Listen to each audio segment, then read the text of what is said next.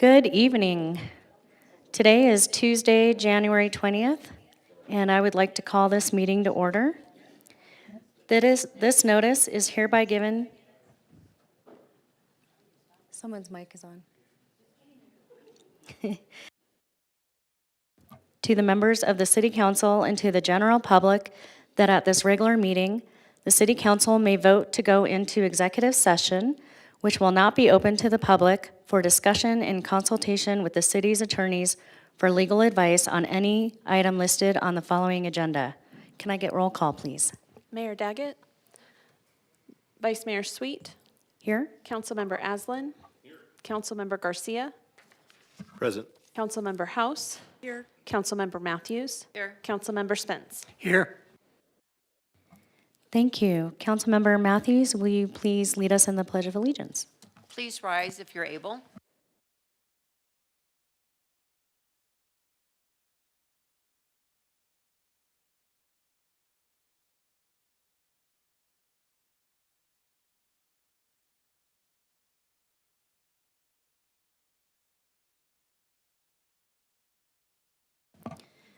The mission of the City of Flagstaff is to protect and enhance the quality of life for all.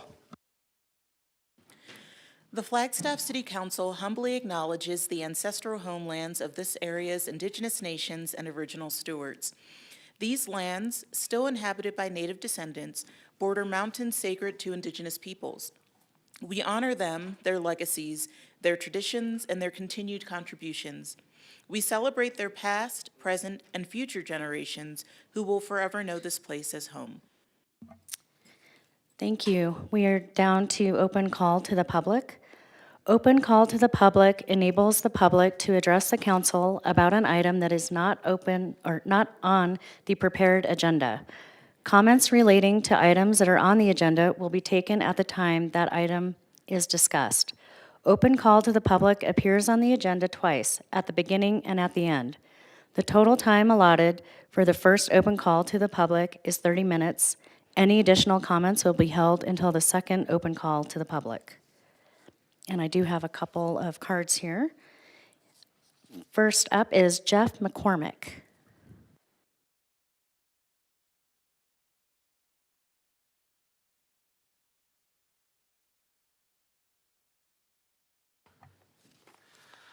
Good evening, Mayor, Vice Mayor, Council members. Jeff McCormick, Economic Development Manager for the City of Flagstaff, and I'm here this evening to express strong support for the Green Business Boot Camp and to encourage anyone interested in this impactful program to look at the website for Local First Arizona for further details and registration for the course. And yes, registration is still open. The first session for the next cohort is this Thursday, January 22nd, and it begins at 5:30 at the Moonshot Business Incubator. And the program is each Thursday for 7 weeks and finishes on March 3rd. Over the 7 weeks, businesses will typically benchmark baseline energy and water consumption, learn about water, energy, waste, and transportation issues, draft a project plan aimed at achieving at least a 20% reduction in one or more of these areas to include energy, water, waste, or transportation emissions. They'll also learn how to incorporate social and community impact, including resiliency and communication, into their sustainability strategies. And they'll present their plans and receive ongoing support to follow up to a year after completing the boot camp. The primary benefits for local businesses include expert guidance from local sustainability professionals, one-on-one support to help refine and implement sustainability projects, community connection with other businesses working towards similar goals, and access to financing options including microloans to fund green projects through partners like the Green Community Fund and Local First Arizona. So thank you for your time and continued support of Green Business Boot Camp. Thank you. Next, we have Colleen Mehring.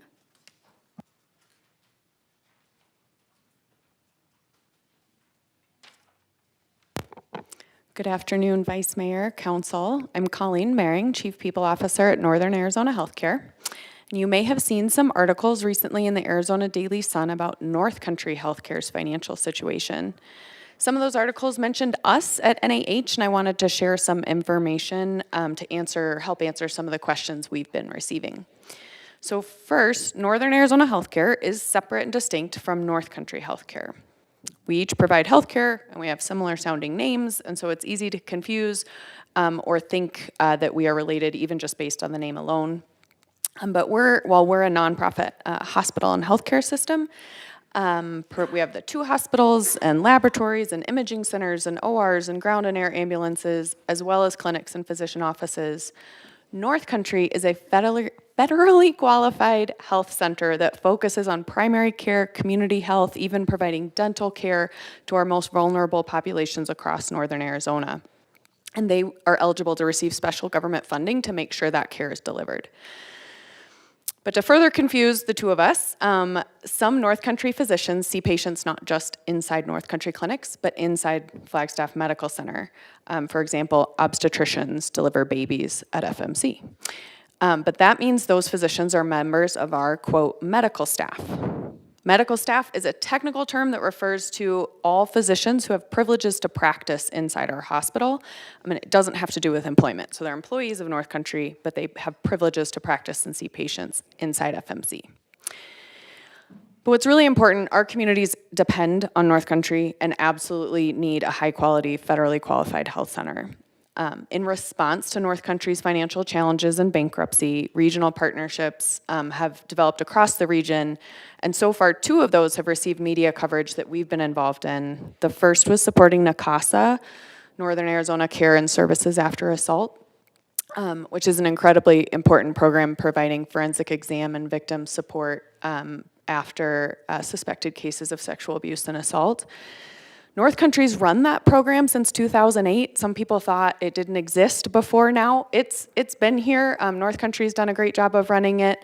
But as of today, Victim Witness Services runs the actual operations, but we at NAH provide the support of finance and physical space. The second item has been our loan to North Country through their bankruptcy. That's a formal step in the bankruptcy process to make sure that care is continued in the region at North Country facilities and their employees are paid through this process while we get a great new federally qualified health center here in Flagstaff and Northern Arizona. Thank you so much. Thank you.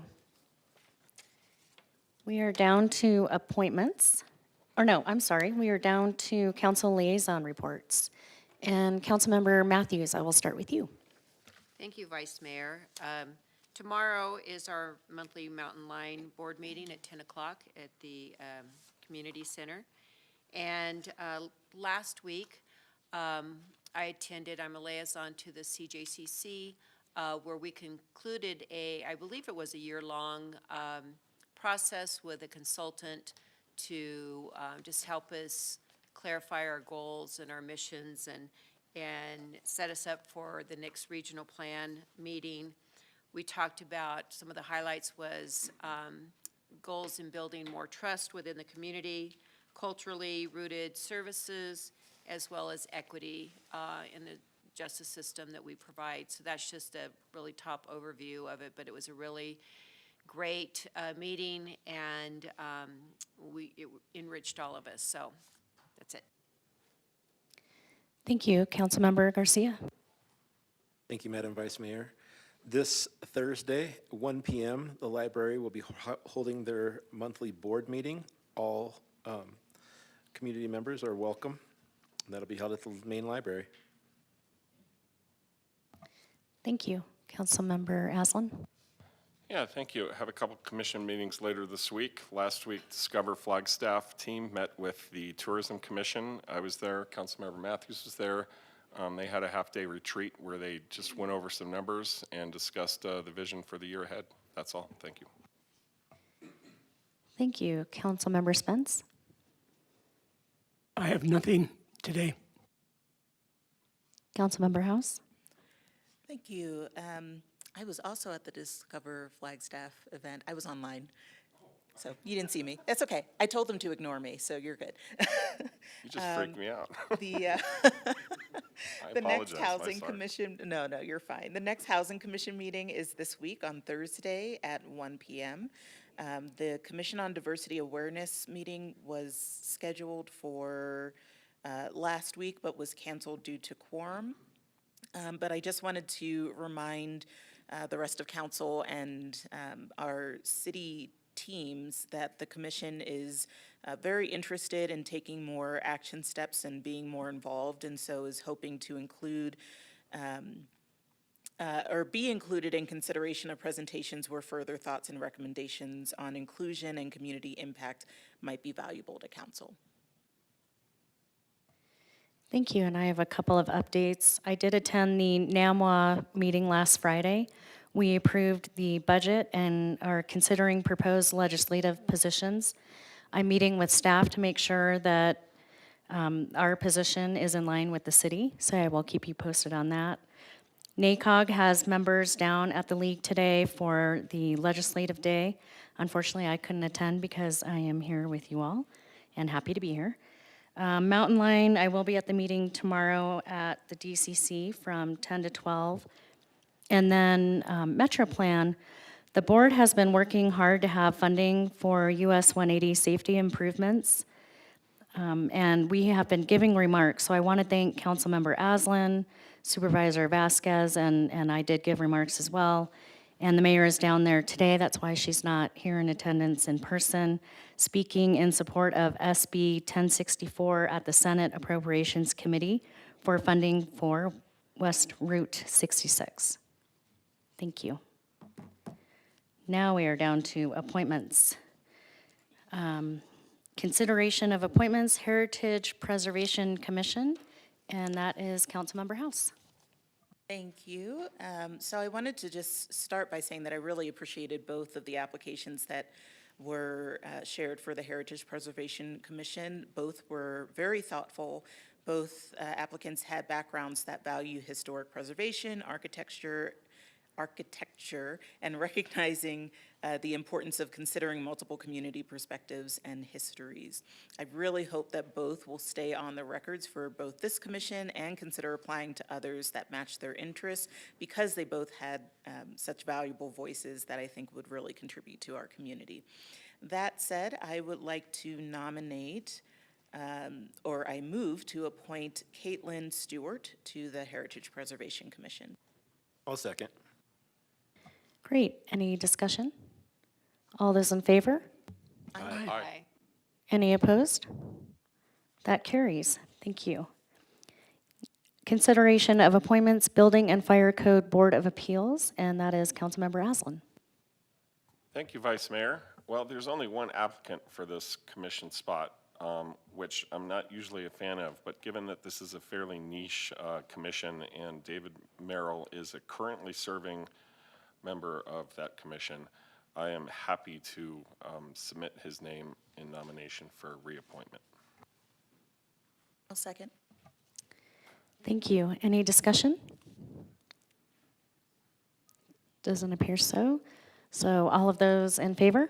Aye. Aye. Aye. Thank Any you. opposed? That carries. Thank you.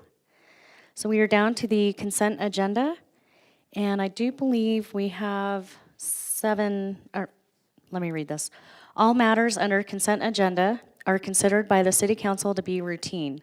Unless a member of City Council expresses a desire at the meeting to remove an item from the consent agenda for discussion, the consent agenda will be enacted by one motion, approving the recommendations listed on the agenda.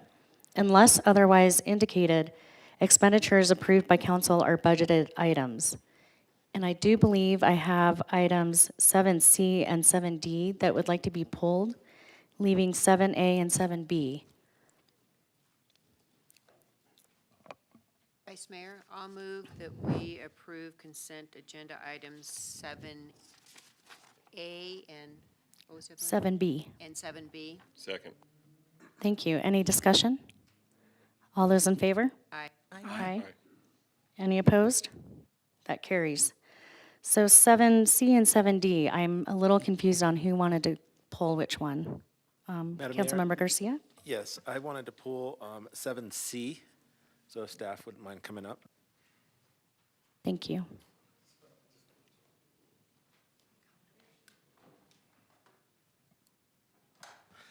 Thank you very much for entertaining this pull from the regular agenda, so that way we could have a little bit of a brief discussion, or at least from the staff's perspective, how, if you could explain to the community what this item is and how it works with, briefly going over like the cooperative purchase contract and things of that nature.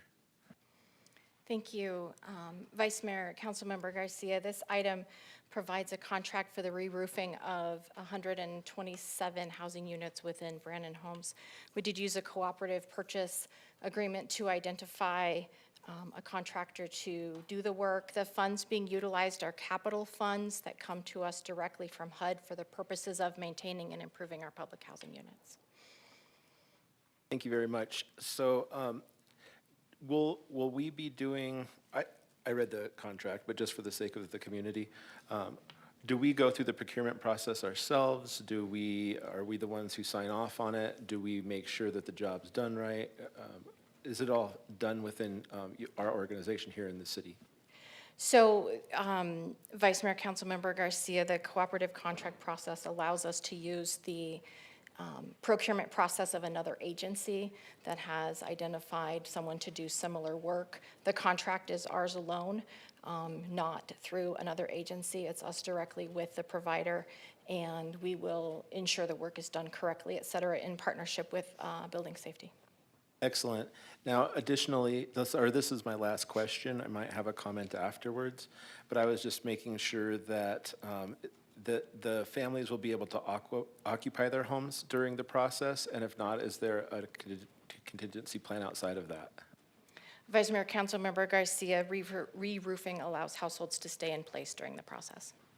Thank you very much, and I just wanted to conclude by saying that I thought it was important for the community to know what our federal dollars are doing for our people that are using affordable housing here in Flagstaff to keep their houses maintained and up to date, safe, secure, for happy families in those houses.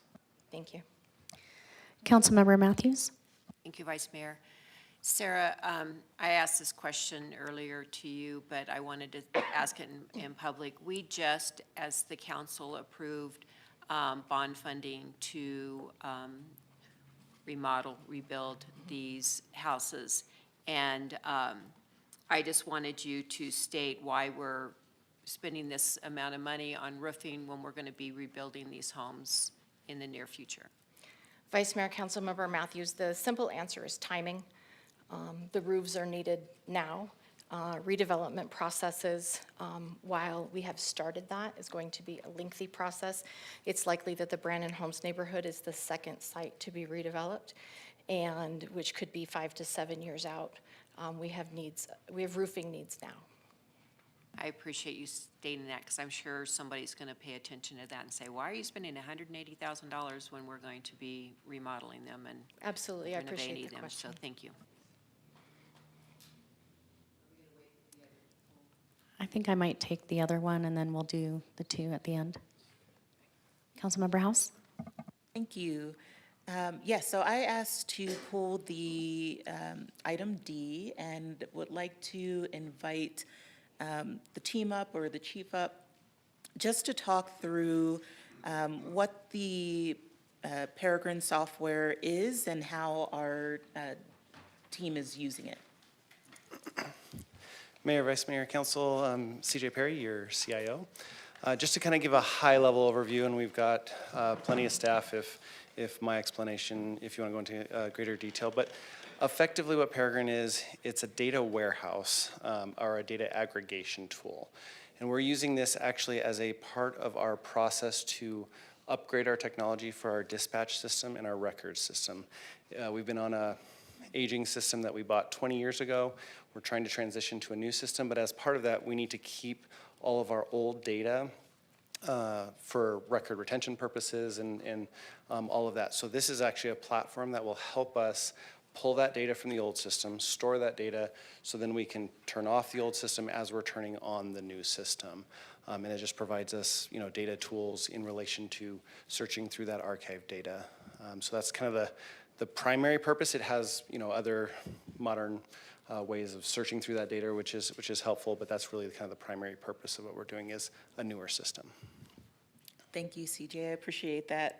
And I also had a conversation with Chief a little bit earlier today on this, and just wanted to give an opportunity for you to share a little bit of what we talked about in terms of one of the uses for this technology, as I understand it, is it's a helpful resource for improving officer wellness by helping to track officer exposure to high-stress situations. And so I'm wondering if you want to go into that a little bit on how that works. Yeah, Vice Mayor, members of council, Councilmember House, grateful for this conversation. I think one of the most important things we do is continue to have conversations about pulling back the curtain on some of these vital systems. We in the Flagstaff Police Department are going to continue to strive to be enriched and empowered and intelligent and data-driven in our decision-making and how we operationalize. This is another part of that. So you heard CJ talk a little bit about the ability to break down the silos in our existing data. And so I think that's a very important thing I want to clarify. Existing crime data, information that is existing currently within the organization. And you have heard me say many times, one of the greatest pillars in our police department is officer wellness and how we're handling our wellness on a daily basis. And we know the disproportionate amount of trauma that our officers and our dispatchers are exposed to on a daily basis. And so this data aggregation in this particular metric within all the data that we want to aggregate and operationalize at a high level would be the tagging of those types of calls that those officers and dispatchers are exposed to that produce that trauma and can impact their mental health, their personal lives, and their families. And so what we have the ability to do is tag certain types of incidents that we know produce these and then flag them in a system that's almost like an early warning system. And that says, hey, Officer Conley has now been to 17 domestic violence calls involving injury this month. Here's your flag with this really high-functioning system, and then we can do an intervention. And we can sit down and have a conversation upstream with our officers' mindsets and heart sets about getting them connected to what is now redemption counseling that both the fire department and us are using at a very high level. I'm so proud of that. But in a nutshell, that is what this system can do for us. And we can build it to what we think our officers, each community is unique and has their unique experiences. But we can, based on our experience and our interactions, flag those and then allow for that system to tell us and give us an early warning system about a potential wellness issue. Thank you very much, Chief. Yeah, Appreciate it. yeah. And CJ, thank you. Thank you. Thank you. Any other questions on this, on 7D? Okay, go ahead, Councilmember. Thank you.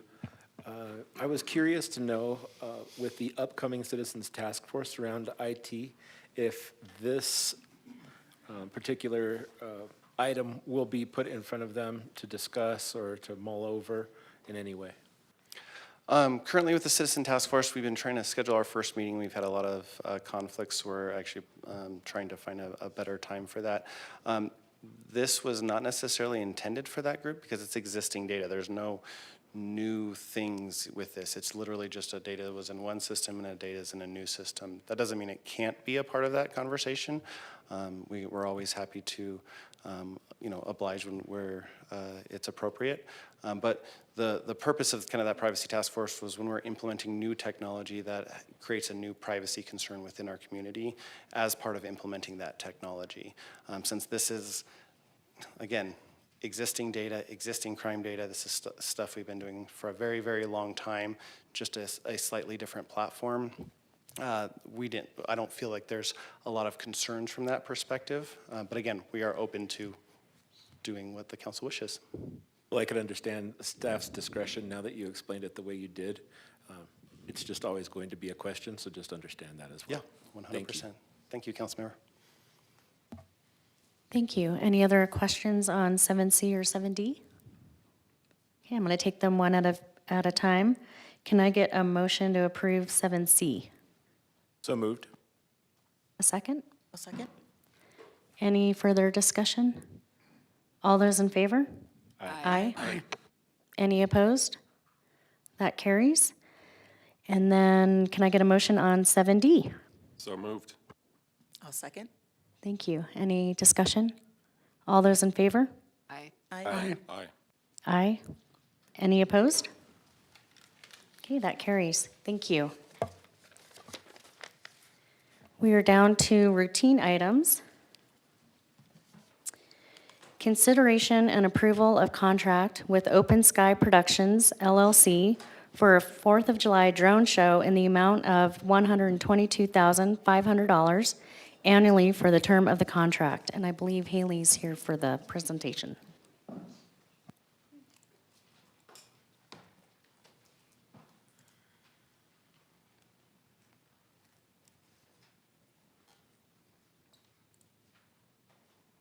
Got it. Good afternoon, Vice Mayor and Council. I'm Haley Reynolds, the Events and Marketing Manager with Pros, bringing forward our 2026 4th of July drone show contract. I have a brief presentation for you, and then we'll open the floor to questions and comments. So I want to start with a 2025 recap. 2025 was our pilot year. It was the year of, hey, let's do this really cool thing in the best way that we can, and learn from it, and we did. So in last year, we went through a request for proposal process, which identified Open Sky Productions LLC as the identified vendor. That contract brought forward $95,000 in the total amount for 300 drones, 20 to 25-minute show.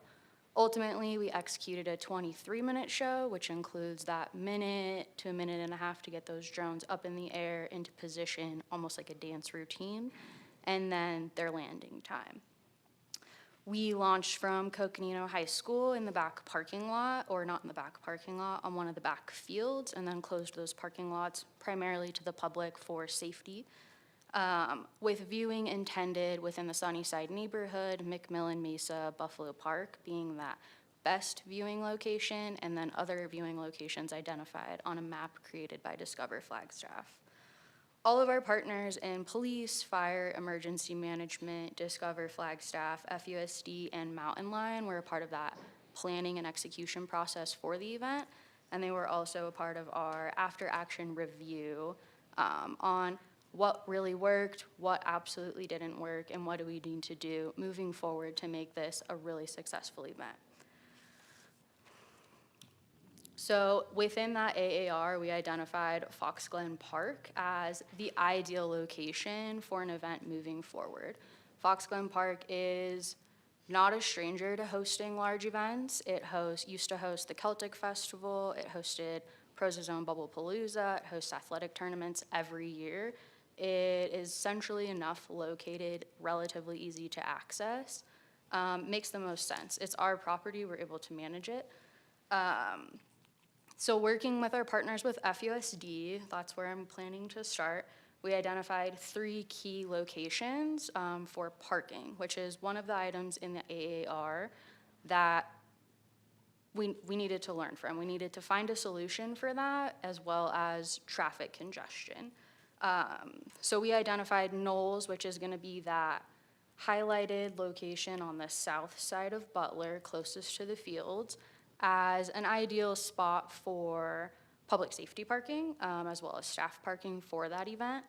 We are planning to utilize Sanawa Middle School as public parking. It has in total, we have about 550 public parking spaces, if you include Sanawa and then the FUSD admin buildings, which are going to be in that top left corner, highlighted in green. On that screen, you're going to see the yellow hash marks. The yellow hash marks indicate what we intend to do road closure-wise. So meeting with public safety, who is here to answer questions if they come up. We identified the need to close Butler to through traffic to allow for emergency access, bus flow, and pedestrian crossing mid-road. In the orange, that orange hash mark just north of the fields is Mountain Line's identified bus stop. I know that's really difficult to see on this specific screen. We are working and continuing to communicate with Mountain Line on an amendment to their IGA to allow for shuttle service to this event. As those conversations continue, we're hoping to identify 2 locations for the community and the visitorship to actually park their car, be shuttled to this event, and then be shuttled back to their car, which should alleviate some of those large traffic impacts that we saw this past year. And then back onto traffic. So if you're closing Butler, how are people that are parking in Sonawa going to get to that lot? We're going to redirect them onto Sparrow and then onto Mustang Way. That will remain open to traffic coming into that parking lot. It's not going to allow that exit onto Butler. So in addition to all of that, we're also hoping to do some additional activation. That was a piece that was missing last year. We didn't have a centralized event location to host that type of activation. Activation looks like bounce houses, food trucks, live music, things that give a family or an individual something to do ahead of time so they're not all coming in at 8:30, all leaving at 10 o'clock. That's what we're hoping to avoid. Moving on. So this year, we again went through a competitive solicitation process with the request for proposal, and we identified Open Sky Productions as the vendor.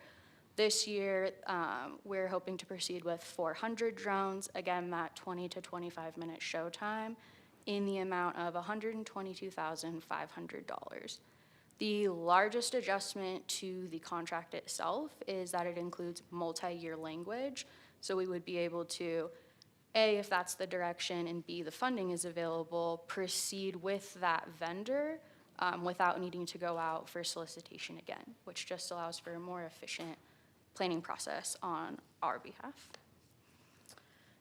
In Open Sky's proposal, they actually gave us 2 options. Option 1 includes the entire event taking place within Fox Glen Park. In that red box, you'll see the launch site. That's where the drones would actually go. It's in our softball field, fenced in, an ideal location for a launch. That orange box is going to be the actual flight location, and it's important to note when the drones are in the air, the people can't be in the orange box. No one can be there. So that main viewing location would be on both of our multi-purpose fields. That's the option that we're leaning towards. They did present option 2, which allows for a larger audience to spread out, with the launch site being in the Knowles parking lot, that red box again, the flight path being the orange box, and then the audience on both fields, in the parking lot, and then on those back fields as well. The vendor would like to do a site visit pending contract approval to ensure clear view, no obstruction from either launch site. Currently, we're still planning to proceed with option 1 because option 2 impacts staff parking, police parking, and some of those like a larger event logistics. And that's my presentation. Thank you. Thanks. We do have some questions, and I'm going to start with Councilmember Matthews. Thank you, Vice Mayor. You've answered a lot of them, so thank you for that. I'll start with the last question I had first on the annual renewable contract. That makes sense, but I'm assuming there's language in there that if something goes wrong or the show wasn't worth, it wasn't spectacular, that we are easily able to just terminate it and go out again, or? Yes, sorry. Yes. Hi, Josh Lynham, Senior Procurement Analyst, and yes, we basically have full latitude to renew the contract, whether for any reason, convenience, anything, so we are definitely not tied into that for longer than 1 year. Great. So, and you may have covered this, but I didn't pick up on it. Were you able to calculate how many spectators we had last year? I was up on the hill last year. I'm so glad we're moving it. I was trapped in the traffic and people were just blocking the roads and stuff. So, but do we have a guesstimate on how many cars or spectators we had last year? We have a rough estimate. Just with that Buffalo Park, McMillan Mesa area, we had about 15,000 people counted within that location, which isn't including all of the subsequent viewing areas. And so this new location, we feel confident that we'll be able to I'm assuming it'll grow, as people find out how great it was. So, and you said that the provider wants to come do a site visit. So I'm guessing we don't have, or do we have an idea of the viewing locations like you were able to provide, which was really great on Discover Flagstaff, where people could go to view, they have the best view? Do we have that idea yet? So it would be centralized to those back fields within Fox Glen Park. The site visit allows for the vendor to come out and understand the tilt of the show, as well as how the elevation that they actually need to fly. But thank you for that. My question actually was for the spectators, like where else can they view? Like could they view from Continental Golf Course, that parking lot? They wouldn't, so they would need to be within Fox Glen or likely that south side of the neighborhood to be able to view it. The idea is that they're coming to view at the park, at that event, rather than trying to advertise viewing locations. Thank you for that. Thank you. Councilmember House? Thank you. Thank you so much for the presentation. You answered a lot of my questions as well already. Just tacking on to Councilmember Matthews' last question, with that centralized view, is that anticipated to allow for equal viewership or grown viewership compared to the last program? Or is that anticipated to have any impact on the number of people that were able to participate? Fox Glen has the capacity for the same level of viewership as well as growth within the event. Okay, thank you. And then last question is just we've received some comments on the program from last year, and one of them was talking about the fact that the vendor used a similar show compared to other communities rather than being unique to Flagstaff. Is that something that's part of the contract or that this vendor is willing to do, is create that unique Flagstaff experience so that it's more catered to our community? Yes. Do you want to speak to the creative? Heidi's going to answer your question. Mayor, Vice Mayor, council members, Heidi Hansen, Economic Vitality Director. We were able to actually give them some of our images. I think if you were there, you saw we had our I Heart flag icon up there. We had Route 66. We can actually create the entire show ourselves if we want to. So if that's something that you prefer, then I can have Discover Flagstaff do that as well. We used some of what they had just because it was sharing Independence Day, and but if they feel like it was something they saw somewhere else, we can definitely make this completely our own. Thank you very much. You're welcome. Councilmember Garcia. Thank you, Madam Vice Mayor. Thank you for the presentation. Excellent work. So I'll start with the traffic. So is there a plan to open up the part of Butler that the folks that are parked in the Sonoma Middle School parking lot can filter out of after the show potentially? I just fear that that small area would be difficult for 450 people to try to get out of. Yes, PD's here. They'd be happy to speak to traffic. Thank you. Honorable Vice Mayor and Councilmember Garcia, my name is Ryan Beckman. I'm a lieutenant with the Flagstaff Police Department. This is a evolving event, so to speak, and we're at preliminary stages of it, to be sure. And to back up a little bit, we're highly conscious of the impact this is going to make on this community, especially the country club area.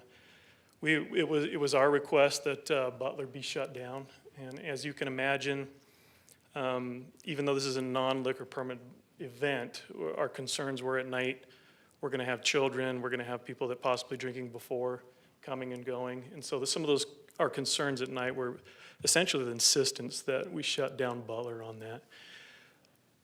Reopening it, from our experience, from lessons learned from last year, it would be very hard to ensure that every pedestrian that is on Butler already is out of the way before we reopen those. So we can look at those options, but that's very tentative at this point.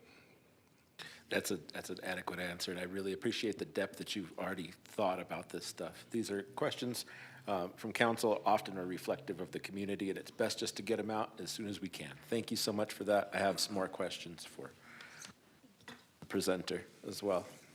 Now, I'm going off of the public email a little bit, and then also remembering what I heard from the dialogue from the community back then as we move through this. So I remember last year, I'm not sure if this is the case, but for the reasons we had it at Coconino High School, but where we're having it this year, are we able to, is that out of the flight path and all that stuff? Yeah, it won't conflict with the flight path. Okay, so it seems like last year we had a few reasons why we had it in that area, and trust me, the Sunnyside community appreciates that. Thank you for moving it around and seeing what will work best. Being it the first year at having it, it was really a test year, and we've learned from what you showed us so far. We've learned a tremendous amount, and we're continuing to evolve in the process. So one of the points here said that the show lacked creativity and originality, and Councilmember House spoke to that to some extent.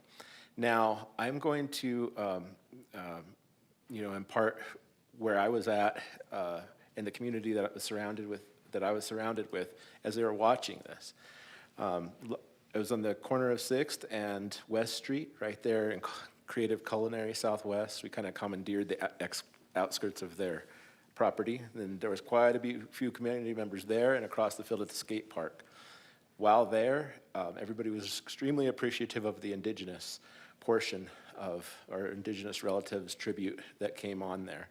But there was an audible gasp right past that where they were showing like the American flag and the people coming in, and I heard the name I heard from people just talking out loud in disbelief that they were giving a nod to the colonization, which in some ways, I guess that's just a natural progression, but I would be very sensitive when it comes to placing those two things so close to each other. The optics from where I was sitting were not great. Also, I think I've commented this before, but I wanted to make sure that if we're going to correlate, I love the fact that we correlated some music that you can tune into as a community and listen to. If that happens again, if we could just be a little bit more forthcoming with how that music correlates, it was off, and it was weird. That's what I kept hearing from people. This is weird. They were all excited to tune in until they did, and then they thought it was weird. I was curious about like the funding for the pre-show or for the events that you could have for the community. How will that be funded? So it's funded through that same funding source identified for the drone show. It would be a portion of that line item in the budget. We also do have funding already sitting in the event budget for 4th of July activation from when we did fireworks several years ago. Excellent. Right on. I really do appreciate that. And will we be seeing this come back in front of us for any reason in the future, or is this pretty much it? So we're seeking approval today, and then we plan to come back ideally in May with some more finite plans to answer some of those questions related to traffic, event activation. Excellent. Well, I really do appreciate that. I think pretty much we covered all of the community's concerns through that email, except for the one that says this is not a tourist draw, and in my opinion, that's fine. Thank you. Thank you. Councilmember Aslan? Haley, could you lower your monitor a little bit so I can see you? Yeah. Sorry. Cool. So it is not my intent nor my desire to, in any way whatsoever, micromanage this. I think there's a great team on this. You guys are thinking through all the logistics, and I know there's logistics to think through no matter where you guys decide to put this. Walk me through some of the sites that you considered but rejected. over this one. And then I just wanted to mention, I'm amenable to option 2. For some reason, my instinct tells me that that's the better way to do it. I'm not sure I can articulate why I think that or explain it, but I do like the idea of having a little bit more area for the public to enjoy the show. And I'm really concerned about parking in general for this location. I've been a parent with soccer kids at Fox Glen, and that parking lot is always a nightmare just on a regular Sunday afternoon. It's hard to get in and out of there. There's a very narrow lane that sort of connects to dumbbell pieces of the parking lot, and there's just not a lot of parking. 15,000 people, they're going to be parking everywhere. You're going to have people coming in through the forest, probably walking some of those social trails back there to get in. Just put my mind at ease a little more that you guys have really considered the parking dilemma and go into a little bit more to the extent to which Mountain Line is participating. Are there going to be shuttle buses and other parking locations with transportation back and forth? Yes, can I answer that last question first? So Mountain Line is exploring the amendment to their IGA, which would allow for shuttle service from 2 separate locations. We're looking to identify those locations. They would need to be very large parking lots. We're looking at the mall. We'd like to partner with NAU. We can't really have that conversation until that amendment comes through, but there will be no on-site parking at Fox Glen for the public. Those parking lots will be utilized for activation. And then we're exploring what would look like a free ticketing system for Sinawa, so you're not coming in expecting to park there and then turned away and then needing to find a park and ride location. Does that answer that question for you? It does, and I'm sorry I wasn't clear at the beginning that there is no parking at Fox Glen. Correct. I still think option 2 allows for more participation of on-site viewers, and I don't really need to delve more deeply into the parking issue. I know you guys are exploring it, and you're going to find something that is satisfactory in terms of volume. So what were some of the other sites that narrowly got rejected and why? So we looked at 3 optimal locations. The first was obviously Coconino High School. We've done an event, we did it last year there. We know some of the logistical components. Fox Glen, and then Continental, the golf course was brought up. That's where we previously did fireworks, Plated Projects did an event, and they did some activation ahead of that. That was rejected. It's private property. It's not our property to manage. It wouldn't be our event to manage. And the logistical components of Fox Glen and doing an event there are almost identical when you look at traffic impacts, capacity, flight path is identical in that location. And then same thing with Coconino, we're still gonna run into those traffic impacts, so trying to find a location that allows for a closer proximity to the highway, because we know we're gonna be dumping people onto the highway, onto 4th Street, off of Butler. It's centralized enough, it should make for a quicker exit. And one last question. I realize that this is more of a concern if option 2 is chosen than it is if option 1 is chosen, and it wasn't much of a concern last time. I'm trying to remember the conversation around fire hazard, drones creating a fire hazard. In option 2, there's a lot of forests surrounding Knowles Elementary that would be beneath the show. Just walk us through that a little bit more. Has a drone, a wayward errant drone ever started a fire? Not to my knowledge. Drones are definitely our safest option to move forward with. If the battery were to go out and that drone were to come out of the show, it would safely land itself. If something flew into it, it's not going to have any more of a fire hazard than if you threw a battery at the wall. It's sort of that same, they're battery operated. We're not introducing drones with pyrotechnic abilities or anything like that, which I know sometimes that's a concern, but it should be that show will happen regardless of the stage of fire restrictions we're in. All right, thank you, Haley. I appreciate all those answers. Just really concerned about parking and logistics for shuttling folks back and forth. That's all. Thank you. Councilmember Spence? Thank you, Vice Mayor, and thank you for this presentation. My question is, has the vendor, Open Sky, have they expressed a preference on option 1 or option 2? They have not expressed a preference. They can work within the means of about 8 parking spaces. So they gave us the option so that we can plan an event with all the logistical components. Given that, I too favor option 2 with more places for people to sit down and watch. Thank you. Thank you. Can you expand a little bit on, your preference was option 1, correct? Currently, the preference is option 1. In preliminary conversation, option 1 allows for that parking lot at Knowles to be utilized for staff and PD parking, but we're happy to explore any option. Okay. I hear a couple that are maybe wanting us to explore the option, I guess me included. I would like to make sure that there's ample places for people to view the drone show. And I also did want to mention, I got an email from Mountain Line, and I wanted to thank them for really diving in and seeing how they can shuttle and mitigate some of those concerns. So I appreciate that. And I appreciate that you, Haley, took the time to address the questions that you knew were coming and putting it into your presentation. That's great. Council, do we have any other thoughts on option 1 or 2?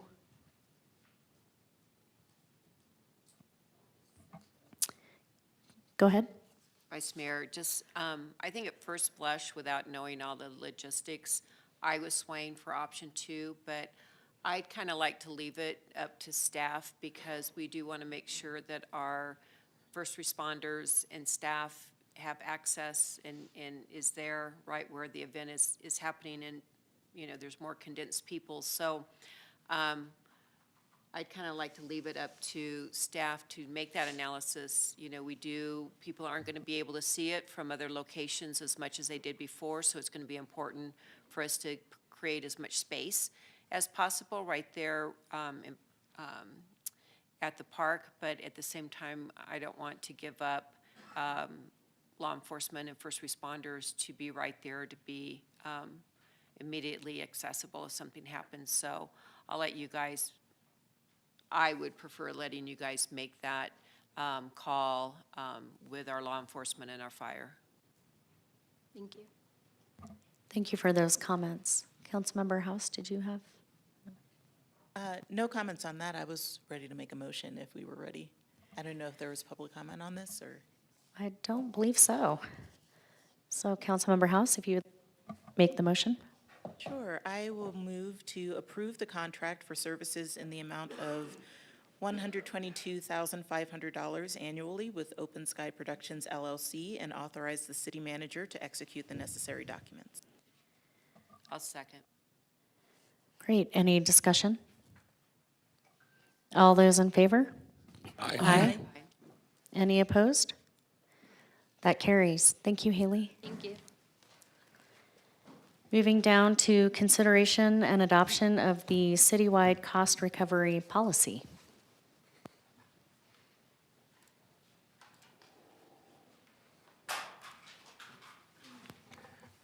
Hello, Vice Mayor and City Council members. Rick Tatter, Management Services Director.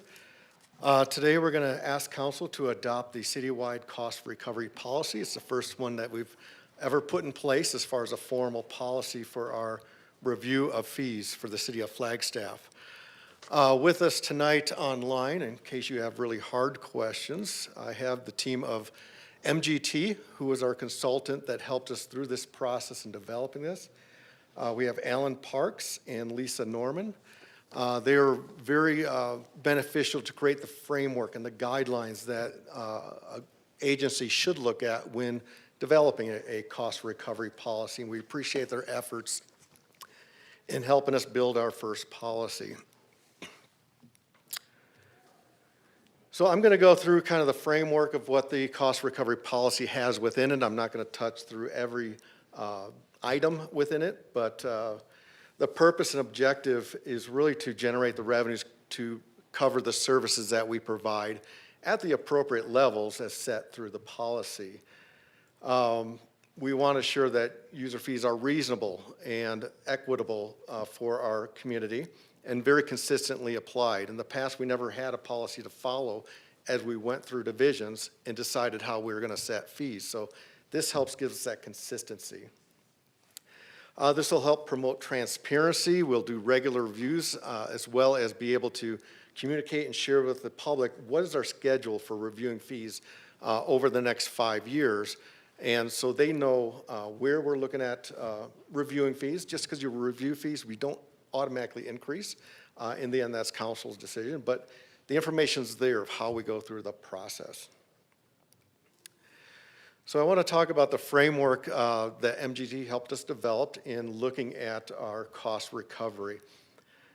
We look at a pyramid type perspective as far as is it a community benefit or an individual benefit that's receiving the city from the city of the service from the city of Flagstaff. So example, on the individual benefit, where we look to 100% or so, that's like your trash fees, your water services. Those we want to recover 100% of the services that were given to individuals. When you're looking at community benefits, we see other benefits in our community for these types of events or fees that we put in place, such as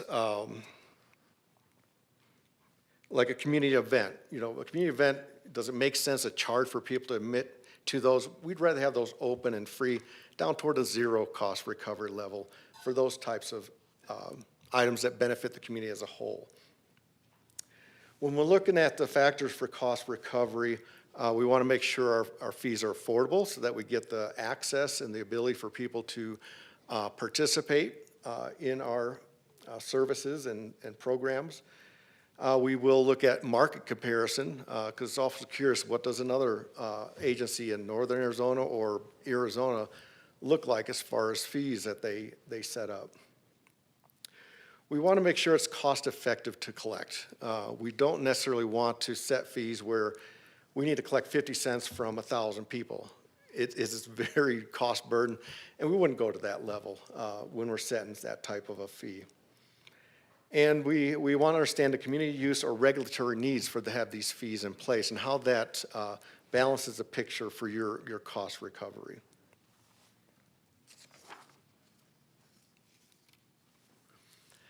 A very key part of the policy that we're looking for you to approve is the periodic reviews. We got into a spot where we're not bringing fees forward frequently enough, and we need to make sure we're doing that to stay on top of our fee schedules. What it does is when you delay and wait longer, it does create larger increases potentially for your fees and charges that you want to have. So we want to start avoiding that and be more consistent in timing.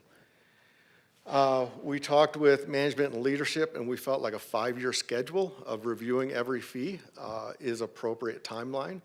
So every 5 years, we hope to recycle and go through each fee area that we have proposed. In addition, in the 3 to 4 year, we'll take a glance at an administrative review, make sure they're doing what we expected, not over-recovering and not under-recovering. We'll do that administrative review frequently.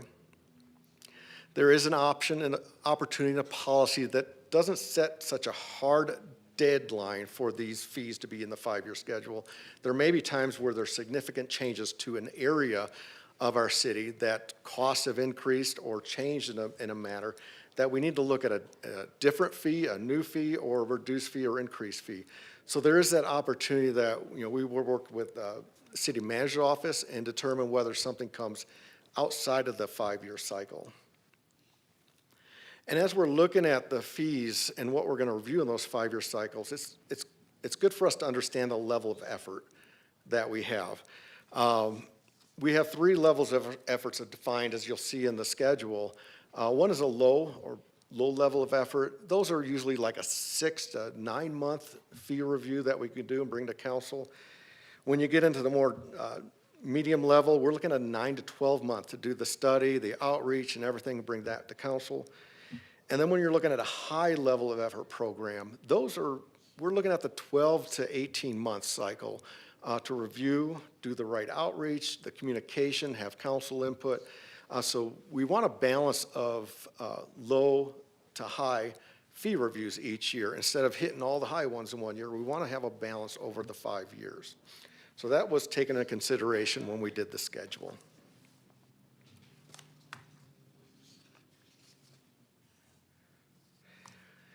The other component is, the data that we put into a cost recovery plan. The activity data is the number of users that would apply to this fee, the quantity of events that occur through an annual basis, the transactionary items that we have for like facilities and so forth. And then the cost data is your personnel cost to deliver that service, that product, as well as the contractual commodities. But we also look at the cost overhead, the overhead of the organization and that division's overhead to calculate into the fee calculation. When we're establishing the fee and reporting, we're looking at make sure it's equitable, something everyone could enjoy the service or participate in. We have a process to review outside the 5-year cycle. Like I mentioned earlier, things come up and we may have a new fee or something else that we want to look at. We're going to set the practice of collecting fees. We want to make sure not only we're putting the fees in place, but we have a process to work with divisions, make sure the collection process is in place when we do adopt a fee, that we have the collection process in place. And we will have internal periodic reporting on revenues. This is a new program within the budget section we now have to look at reporting, see how we're meeting the metrics, the expectations of our fees, and providing some accountability to how we set these fees. So in your policy, there is a table that shows the cost recovery based on that pyramid that we showed earlier with the individual, community, and blended impacts. So we went through a very extensive process looking at our existing fees. We pulled that list together. And then MGT worked with me and the division leadership to review what we currently have in place to make sure we understand what we're currently charging fees for, plus what we may be missing. But we've also had the opportunity to talk to each division about what does it mean as far as cost recovery. Why would you move something from community level to individual level when you're looking at your fees? So through those great conversations we had, we worked with the divisions to propose where their fees fit in the pyramid. We then reviewed it also across all the divisions to make sure there's consistency throughout all divisions, not just each division individually. We want to make sure it's consistent in a whole. A final review was done with our leadership late last calendar year, and we have their approval for what we have for our plan. And as we review fees in each division, there could be new fees that come up that we have identified. We may have changed what we do as an organization. We'll consider those as we move forward and determine where those fall in the cost recovery plan.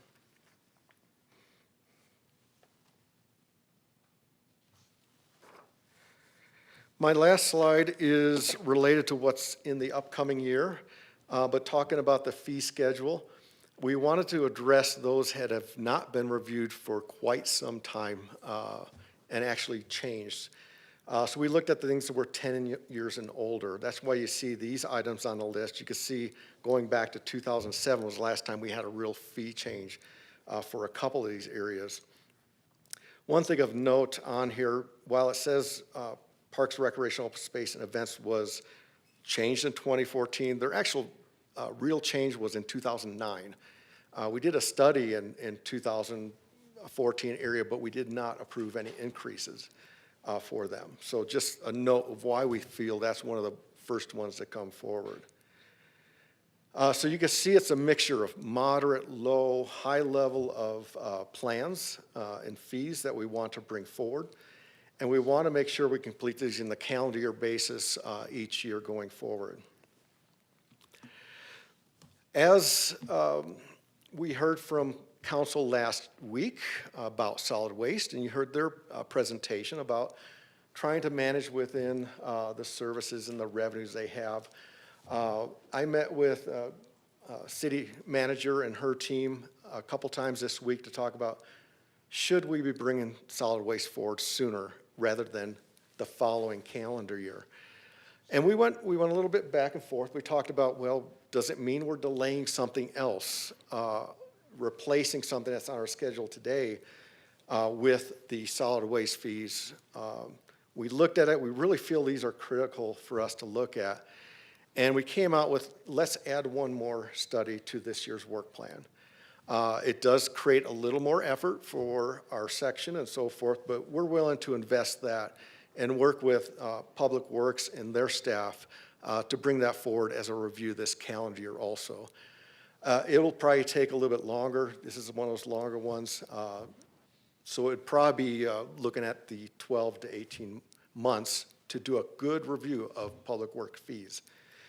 So we're committed to add that to this year's calendar year's review, but then we'll leave it in the cycle. So it'll be 6 years in that cycle going forward for solid waste.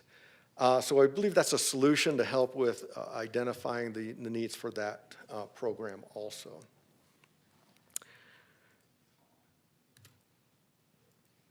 And it looks like I got through all my notes, and I appreciate you hearing about our policy.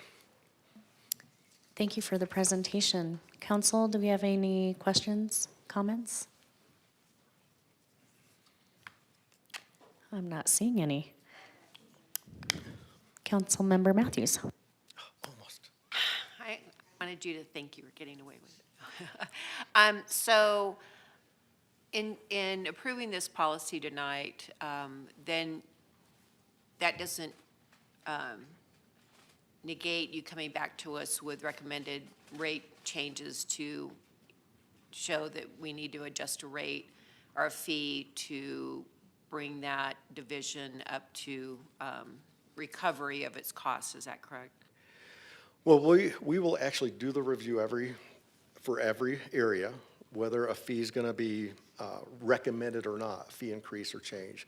And then, as you notice in the pyramid, there's ranges. So council will have the opportunity to look at where it falls in the range of community benefit and so forth. But we'll bring them all to you for a conversation and a discussion as far as adopting. In the end, council decides. Okay, I just wanted to clarify that. Thank you. Yep. That's all I had. All right. City Manager, you have a comment? I do, Vice Mayor and Council. I just wanted to just thank Rick for his flexibility throughout this process. I think the discussion last week definitely, we came out of that discussion understanding that there was a need to look at our solid waste fees. And just, Rick, thank you for moving this one up a year. And I think it'll be really helpful for the discussion we'll have moving forward. And if I could, I thank Public Works staff and Solid Waste for really thinking about when we bring this forward. They are willing to be in the schedule, but we understand their needs have risen, so we appreciate their help too. Thank you, and thanks for acknowledging that, City Manager. Any other questions or comments? Councilmember Garcia, I was just going to make the motion. please go for it. All right, thank you, Rick, for the presentation, and I think that this is a long time coming, and I'm happy to see it in place finally. And I want to move to approve the citywide cost recovery plan as submitted. Is there a second? I'll second. Any discussion? All those in favor? Aye. Aye. Aye. Any opposed? That carries. Thank you. All right, thank you. Thanks, Rick. We are down to item 9, public hearing items. We do have one item up for the public hearing. Consideration and adoption of resolution number 2026-03 and ordinance number 2026-04 26-01, a resolution of the City Council of the City of Flagstaff, Coconino County, Arizona, declaring as a public record that certain document filed with the city clerk titled PZ 23-00134, sign standards, and an ordinance of the City Council of the City of Flagstaff, Coconino County, Arizona, amending the Flagstaff City Code, Title 10, Flagstaff Zoning Code. Tiffany, hello. Sorry, Vice Mayor, if you could open the public hearing before we proceed. Yes, and I would like to open the public hearing. Thanks. We do have a presentation from Tiffany. Thank you. Thank you so much. The title of the screen has Wesley Welch. I'm clearly not Wesley Welch. I'm filling in as he has departed the city of Flagstaff. So he and I spent a better part of 2 years working through the sign code. Wesley was primarily, he dealt a lot with all of the sign permits. It is a very complex, complicated part of the code. We generally assign going through the sign code to one planner to try to make sure that we are being as consistent as possible with all of our reviews. That's how tough this part of the code is. When we rely on too many people for interpretations, it can become a bit unruly. So that was a good indication to us that we needed to do some cleanup work. For the most part, this is just that. It is a cleanup amendment. It does have some substantive changes in it, and I will try to highlight those for you. But essentially, of those big changes, we did some clarification in regards to our downtown signage as regulated by our historic preservation district in that area. Of course, we did run these code changes through our Heritage Preservation Office as well as the Heritage Preservation Commission. We did our best to reduce the amount of minor stipulations required for all specific sign types. We corrected a typo that actually allowed some extra signage. And general cleanup of repetitive language. We like to repeat over and over and over in tables. I will tell you one of the things that took us a very long time. We started this public hearing process about a year ago. We hit the Planning and Zoning Commission running, thinking we were a go. We had decided to take out a lot of the diagrams because the diagrams themselves included codified elements that either were no longer valid, were in error, or would need to be changed. The Planning and Zoning Commission did not want us to go that route, so we needed to take the time to go back, fix all of those diagrams, which was a little bit of a timely procedure. So that was the delay in doing this, and of course, recircling back and doing all of the reviews that we needed to do. Before we did start on this, we did reach out to sign companies, those who produce and go through the sign permitting process. We wanted to get feedback, areas that were rubs for those areas. We also reached out to local groups that represent business owners, as they're the ones that are most often impacted by these regulations. So a lot of this is just, you're gonna see, we condensed repetitive or unnecessary language. We also are trying to structure all of the sections of the code similarly. About 2 years ago, we updated the lighting provisions as well, which are in a similar section to the sign standards. So again, we just restructured everything accordingly. A lot of the language has just been condensed and clarified. We did make some alignments with our outdoor lighting section as well. We identify the prohibition on commercial signage placed on vehicles. We are just basically relocating and putting these things in a place where they make much more sense for both the intended audience, those people seeking to utilize our sign code by installing signs, as well as the staff that's regulating them, including our current planning staff and our code compliance staff. So substantive changes, the big ones, we added some allowance for multifamily development. The current allowance was very small. And we bumped that, the maximum sign area up to 16 square feet. So an apartment complex could have a wall sign of up to 16 square feet, not very large, 4 by 4. The other big change that we had was we didn't have any standards for mixed use. So we would try to piece together two different pieces of the code and apply them. The commercial for your commercial and the residential for your residential. And in this case, we were able to add some mixed-use standards. Also, we updated master plan communities and subdivisions. They do like to have master plan communities specifically. When you see these larger developments, they like to have more of a cohesive sign package. Timber Sky is an example, if you want to go and look.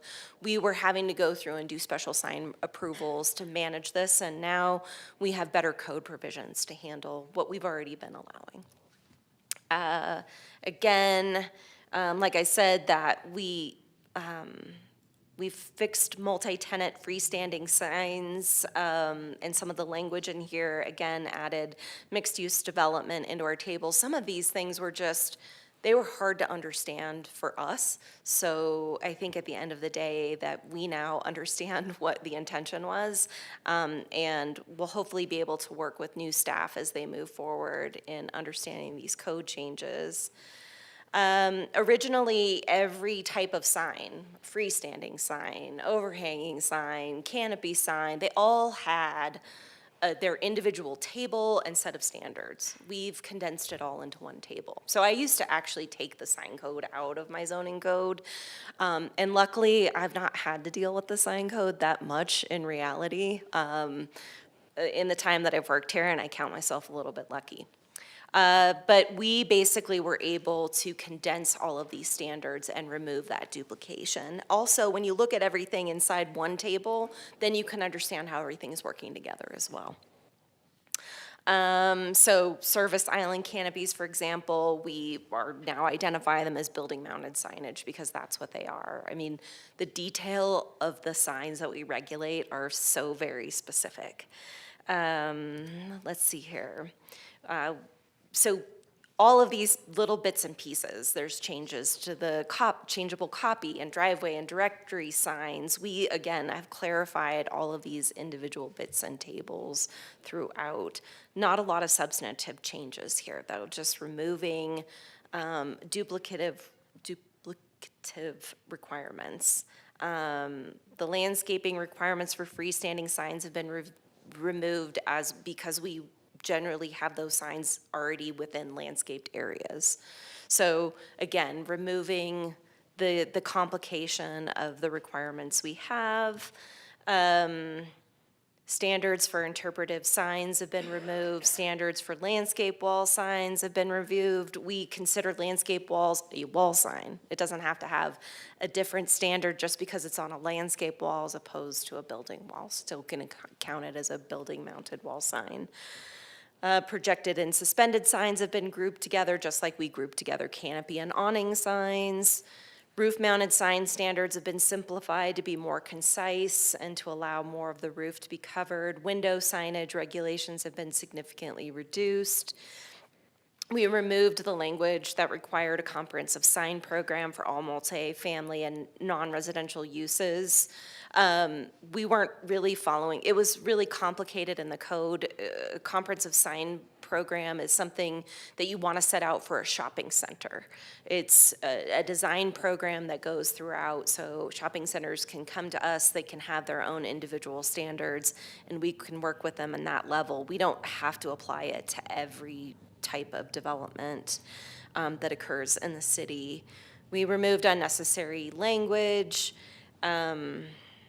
changed our language about which allows minor modifications, and the comprehensive sign plans without having to pay a comprehensive sign fee. So there was all kinds of little cleanups in here, things that we ran into over time that would cause sort of frustration or complication in our processing of permits. We removed a reference to findings for our sign plans. We didn't actually have any findings. Again, constantly just condensing our language and making it more concise. We do have specific sign design incentives. That's how we'll give you additional signage if you give us a higher level of sign design. It could be materials on the base of a freestanding sign, or it could be sort of the the simplification of a logo or the actual sign itself. We had made it a little confusing by calculating all these cumulative adjustments, so we clarified that language as well. In terms of portable and temporary signs, which we also regulate, we have added that all into one table, and the rest of the code was cleaned up. I just keep saying clean up. He put a lot of cleanup in the presentation. Any item that referenced exceptional, so we removed a lot of the subjectivity out of the elements of the code, things that called for exceptional design, because that put staff in a position of deciding whether or not something was an exceptional design. So we tried to take anything that was of subjectivity and write them in as specific regulatory standards, exactly what we were looking for and what we would consider to be exceptional design. These signs of special designation are really interesting. You know, every time we have one of these, they go through their own individual zoning code text amendment. That's how they get implemented in the code. For example, there's an NAU sign. It's actually on the back of the Target property. It's off of the NAU campus. It had to go through this process. So we amend the code for each and every one of these very specific situations. The mall is another place that has some of these designations.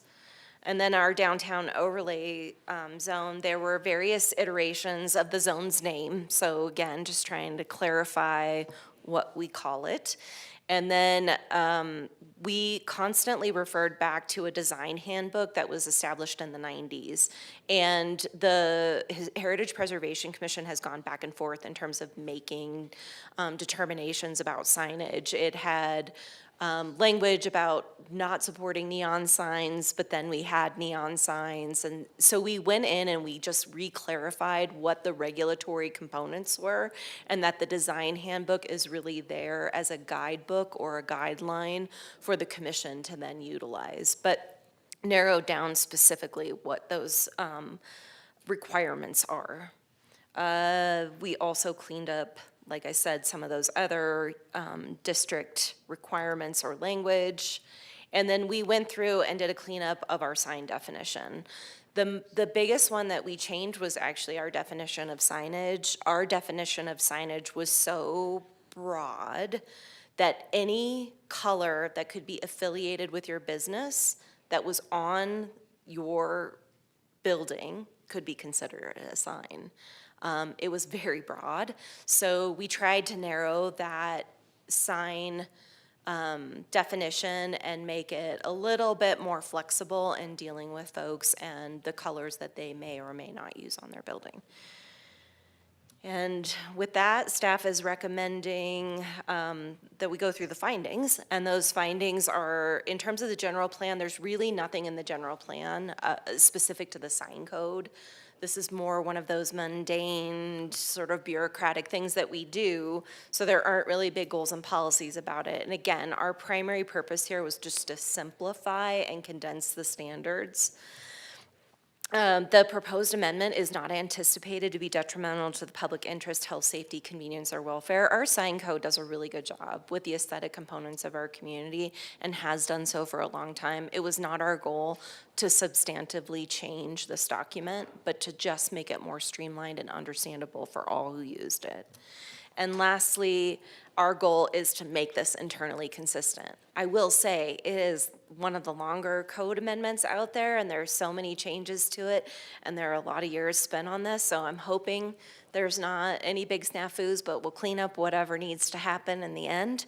And our goal was to be as internally consistent as possible with all of the provisions of other portions of the code. The Planning and Zoning Commission did finally accept our proposal on this amendment, and are hoping that we get the same recommendation from you all. And if you have any questions, I'd be happy to try to answer them.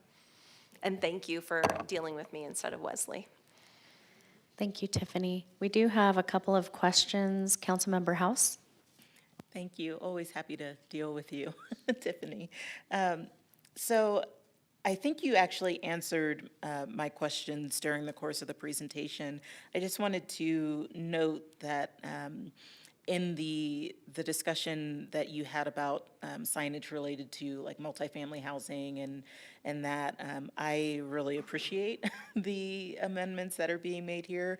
One of the last things that or last projects that I worked on, rather, when I was still working directly in multifamily was navigating the process of getting approval for temporary signage for marketing and replacing some monument signs and things like that. So it was a very complicated process, and this sounds like it is simplifying it greatly, which does have significant impacts on the communities that are providing housing here in Flagstaff. So really just grateful for that. My other question was just going to be about if there was any specific conversation with the Planning and Zoning Commission, if it was a unanimous vote in favor of this, if there were any particular comments that we should be aware of or anything like that that come to mind. Thank you so much.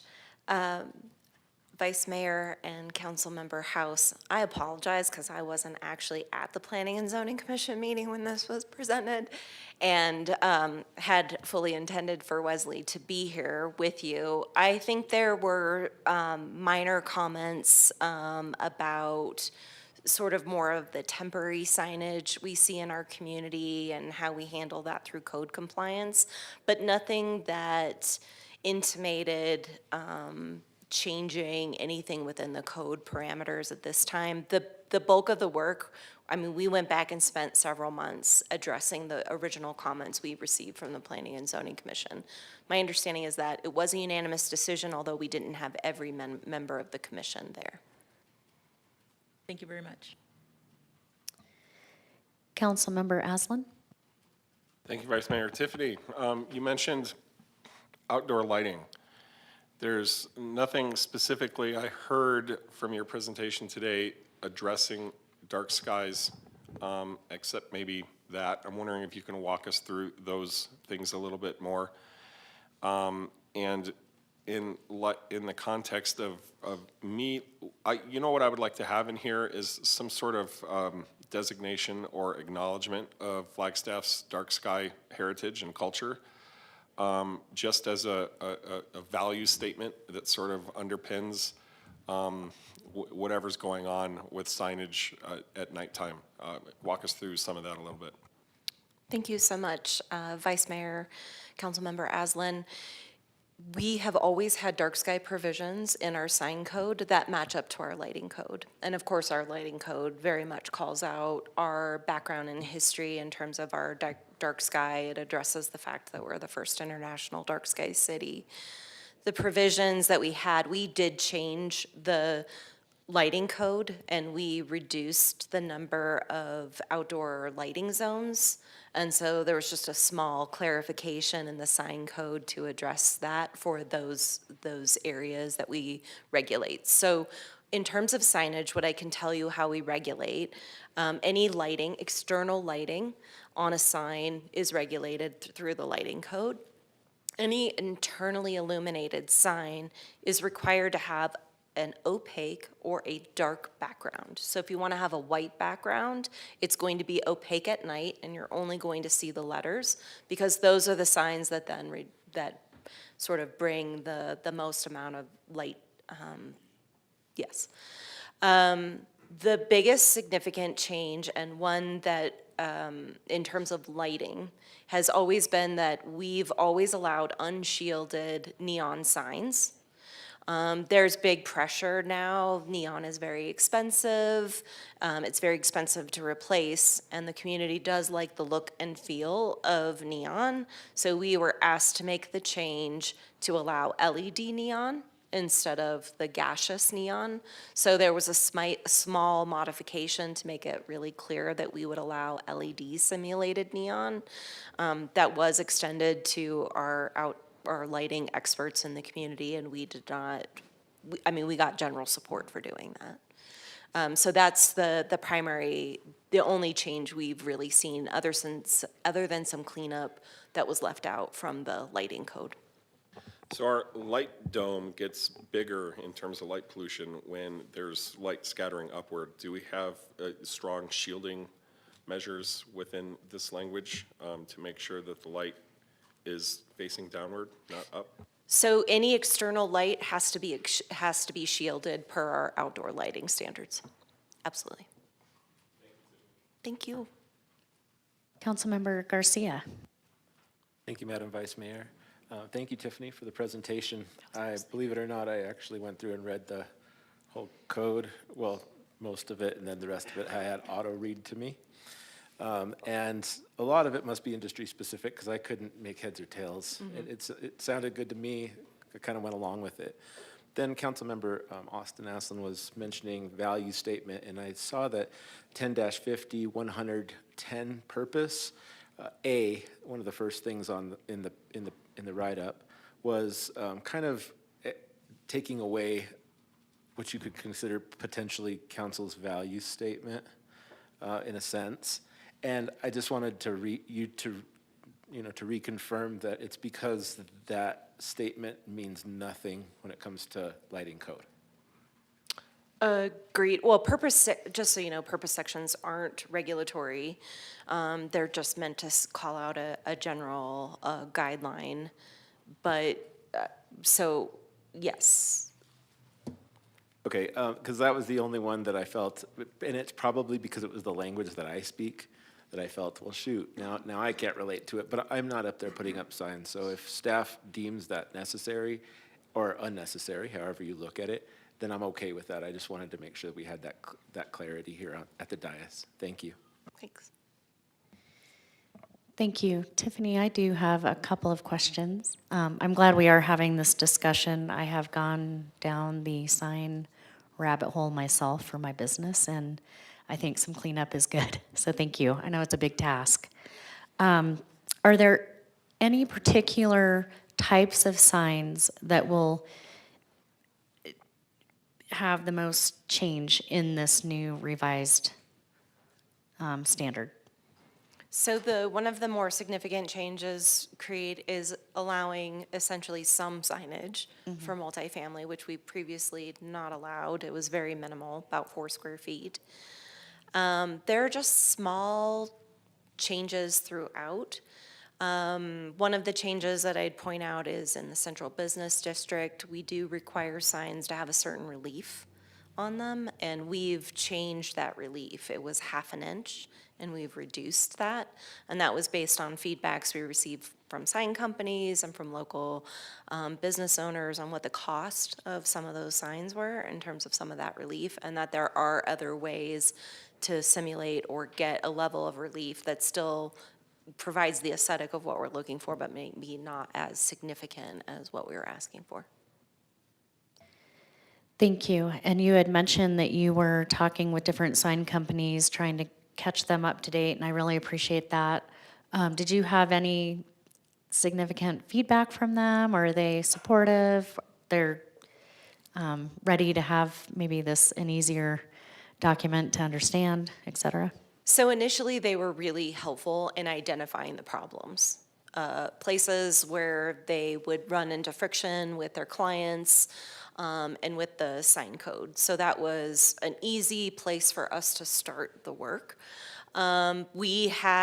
It's probably been a little bit, but they were kept up to date on what the progress of the amendment was, and they were given the opportunity to look at what the overall sign code changes. I haven't heard from anybody in quite some time. Thank you. Councilmember Spence? Thank you, Vice Mayor. I have 2 questions. Are billboards regulated in a separate section of our code? Thank you so much, Vice Mayor. Councilmember Spence, billboards are actually prohibited. We prohibit off-site signage, and way back when, we actually spent money and we bought out all of our remaining billboards in this town. That's why we don't have any, and we don't allow them. Thank you. That's a simple way to enforce no billboards. Second question, is it important in a zoning code overview like this to clarify what signs are grandfathered in, if any are? I'm thinking of the Monte Vista neon sign. Should this amendment specify grandfathered signs? Thank you so much, Vice Mayor and Councilmember Spence. The nonconforming provisions of the code do include provisions for nonconforming signage and what we allow or don't allow. So essentially with nonconforming signs, if you take the sign down, it's not you would lose your grandfathered rights, your nonconforming rights to that signage. The Monte Vista sign is a little bit different, right? It is a historic sign, and so there are provisions that we could go through to work with that property owner. It could become designated as a sign of historic or cultural significance, which would put it in a much different category. Signs in that category are actually exempt from the sign code. The change in the LED neon was specifically for Monte Vista, who struggles with replacing and keeping the neon up to date. They still have the hurdle of working with the Heritage Preservation Commission to make that determination whether or not simulated neon is still appropriate in a historic district. That's not for me to determine, that's for them to determine. But the provisions have been cleared in case they do need to go that route in the future. It is very costly, and with the size of that sign and their inability to remove it and things like that, building in flexibilities for those property owners was key for us. Thank you. Thank you again, Tiffany. Any other questions, council? I am not seeing any, and I don't see any public comment, so I am going to close the public hearing. And again, I'm not seeing any questions from council, so I am ready to entertain a motion. Signs everywhere, there's signs. I would like to move that we approve regular agenda, no, I'm sorry. Public hearing item 9A. Do we need to close the public hearing first? I did. She did, yeah. It's just read resolution Can you- 2026-03 for the first time. You don't want me to sing some more? I move that we read resolution 2026-03. And By title only for the first time, I'll second that. Thank you. Any discussion? All those in favor? Aye. Aye. Any opposed? That carries. City Clerk? A resolution of the Flagstaff City Council declaring as a public record that certain document filed with the city clerk and entitled PZ-23-00134- sign standards. Thank you. Can I get a motion to read ordinance number 2026-01? Mayor, Vice Mayor, I'll move to read ordinance number 2026-01 by title only for the first time. Is there a second? Great, thank you. Any discussion? All those in favor? Aye. Aye. Any opposed? That carries. City Clerk? An ordinance of the City Council of the City of Flagstaff, amending the Flagstaff City Code Title 10 Flagstaff Zoning Code by adopting by reference that certain document entitled PZ-23-00134- sign standards, providing for repeal of conflicting ordinances, severability, authority for clerical corrections, and establishing an effective date. Thank you. We are moving down to our regular agenda, and I'm going to take our first item, 10A, and then after that, I'm going to do a 10-minute break. So 10A, consideration and adoption of resolution number 2026-05, a resolution of the Flagstaff City Council approving an intergovernmental agreement with the Arizona Department of Forestry and Fire Management for the Northern Arizona Wildland Fire Training Facility. Stacy. Good BK. evening, Vice Mayor, Council, Stacy Bruckeneggs, Grants, Contracts, and Emergency Management Director. This is pretty exciting to receive $4 million on your approval, of course. This is an intergovernmental agreement that is been approved from appropriations from the state, and they're running it through Department of Fire and Forestry Management. It was approved as a 2026 General Appropriations State Bill 1735, and again, it's being administered through Department of Fire and Forestry Management. It's for $4 million for construction of the Wildland Fire Training Facility. We're required to put forth the design cost, and so right now, the city is budgeted and is approved for about $650,000 for design. The RSOQ's been drafted, it's been done, it's sitting now for review before solicitation, so we're close to getting that out soon. We've got a note in here that there will be a gap to complete it all, and that's just because that's a rough estimate, the $4 million for the construction of the facility, and Mark's going to be talking more in detail about the actual location in the facility, but we're working, our grants team is working with Wildland Fire to find additional grants to see if we can kind of fill that gap and fund a nice training facility for the region.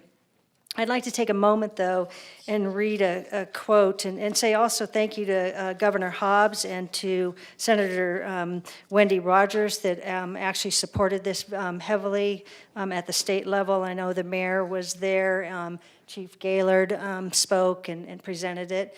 Thank you, Councilmember Matthews. I'm not sure who else was there from the council, Vice Mayor Sweet. Thank you for your support of it, also for being there on this appropriation.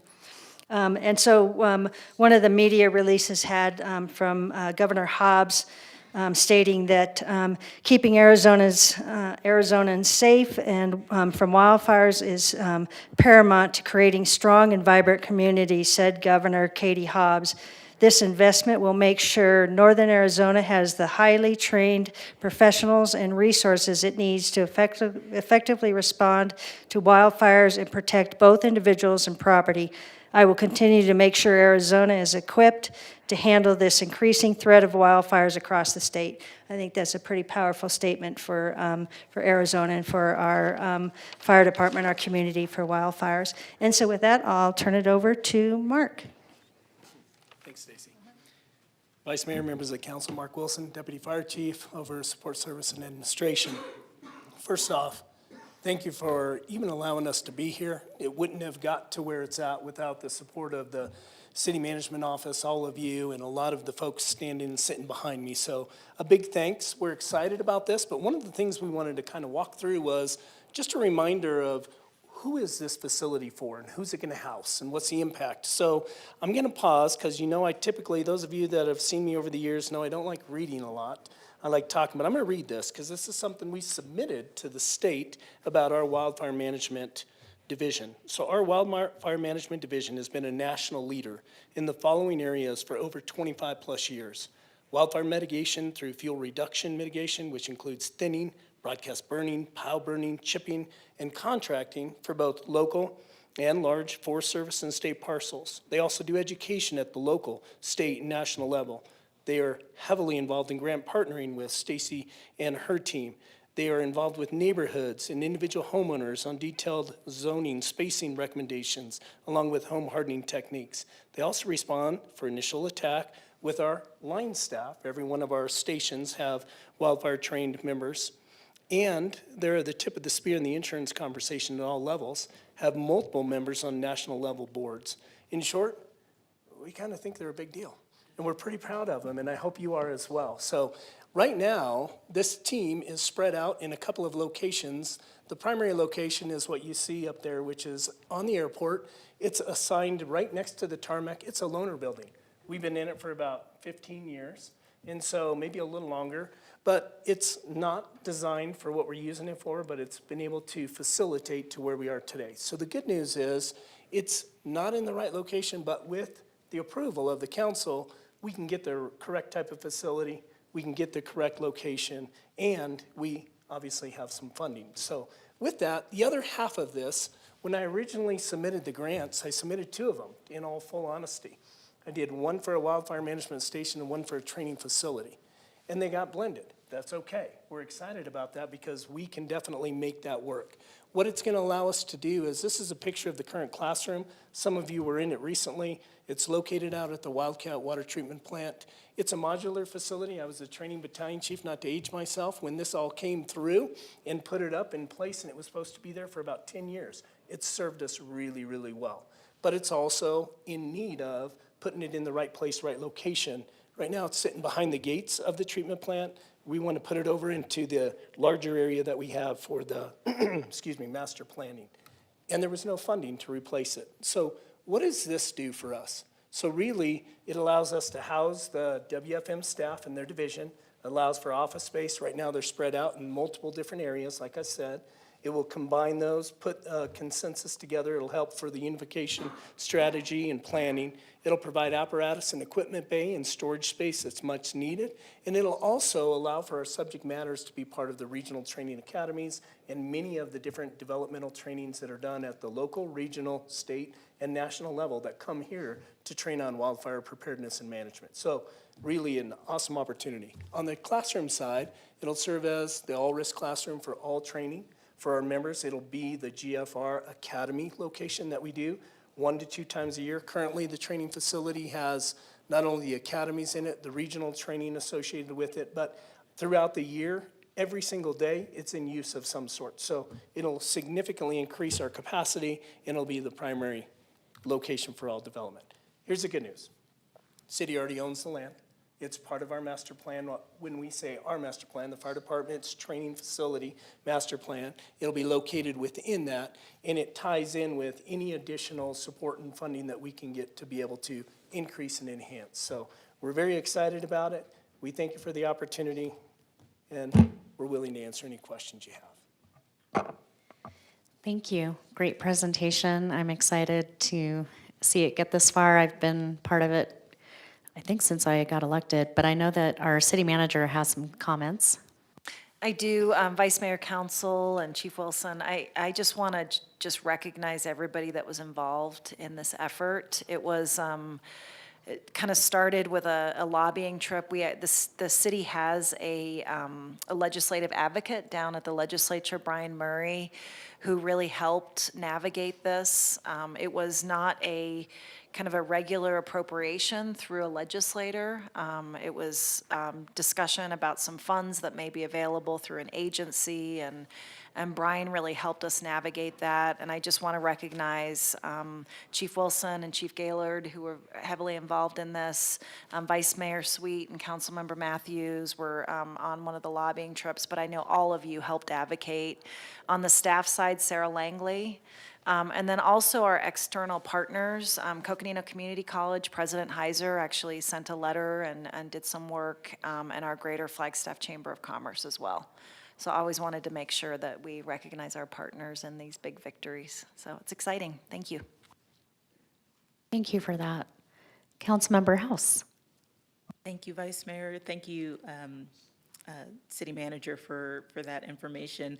I didn't have any questions, just wanted to add that comment of appreciation for getting us to this point and all the work that went into this process. I know it takes a lot to put out these types of requests and to do the work to get us here. So, I know this will just have a huge impact on our community and on the training capacity and everything that we rely on as a community. So just really grateful for all of that and look forward to supporting this as we move forward. Thank you, Councilmember House. Thank you. Councilmember Matthews. Thank you, Vice Mayor. Mark, thank you for the presentation, and Stacy BK, I know that your grants efforts behind the scenes are phenomenal. We are nationally known for the work that our fire department does and the work that we do in the forest, and it's so great when we go to DC and hear them tell us, we don't have to tell them how great, just everybody looks to us and what we're doing and stuff. So I'm so excited to have this finally come. I always complain about the speed of government, but you know, the locations and the different buildings that you all have had to spread out and just try to make the best of is not reflective of the professional and the critical work that you do for our community, keeping it safe and making sure we're doing everything with our forest management. So I just wanted to say congratulations that we're here. I'm excited to get to this point and to see construction soon. I know soon in government means, you know, next decade or something, but, but I think it's a great plan, and I really feel excited about the momentum that we're getting now, so thank you. On behalf of the entire team, because it was a team collaborative effort, thank you. Any other questions or comments, council? Councilmember Matthews?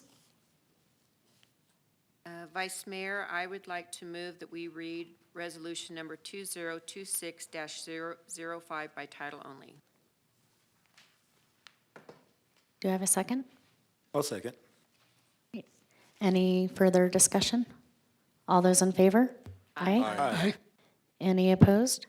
That carries. City Clerk? A resolution of the Flagstaff City Council approving an intergovernmental agreement between Arizona Department of Forestry and Fire Management, an agency of the state of Arizona, and the city of Flagstaff for a Northern Arizona wildland fire training facility. Mayor, I move that we adopt resolution number 2026-05. I'll second. Any discussion? All those in favor? Aye. Aye. Any opposed? That carries. Thank you. We are now going to take a 10-minute break. I think my clock on my computer might be a little bit off, so it's looking like 5:03, so we'll just call it 5:05. See you back then.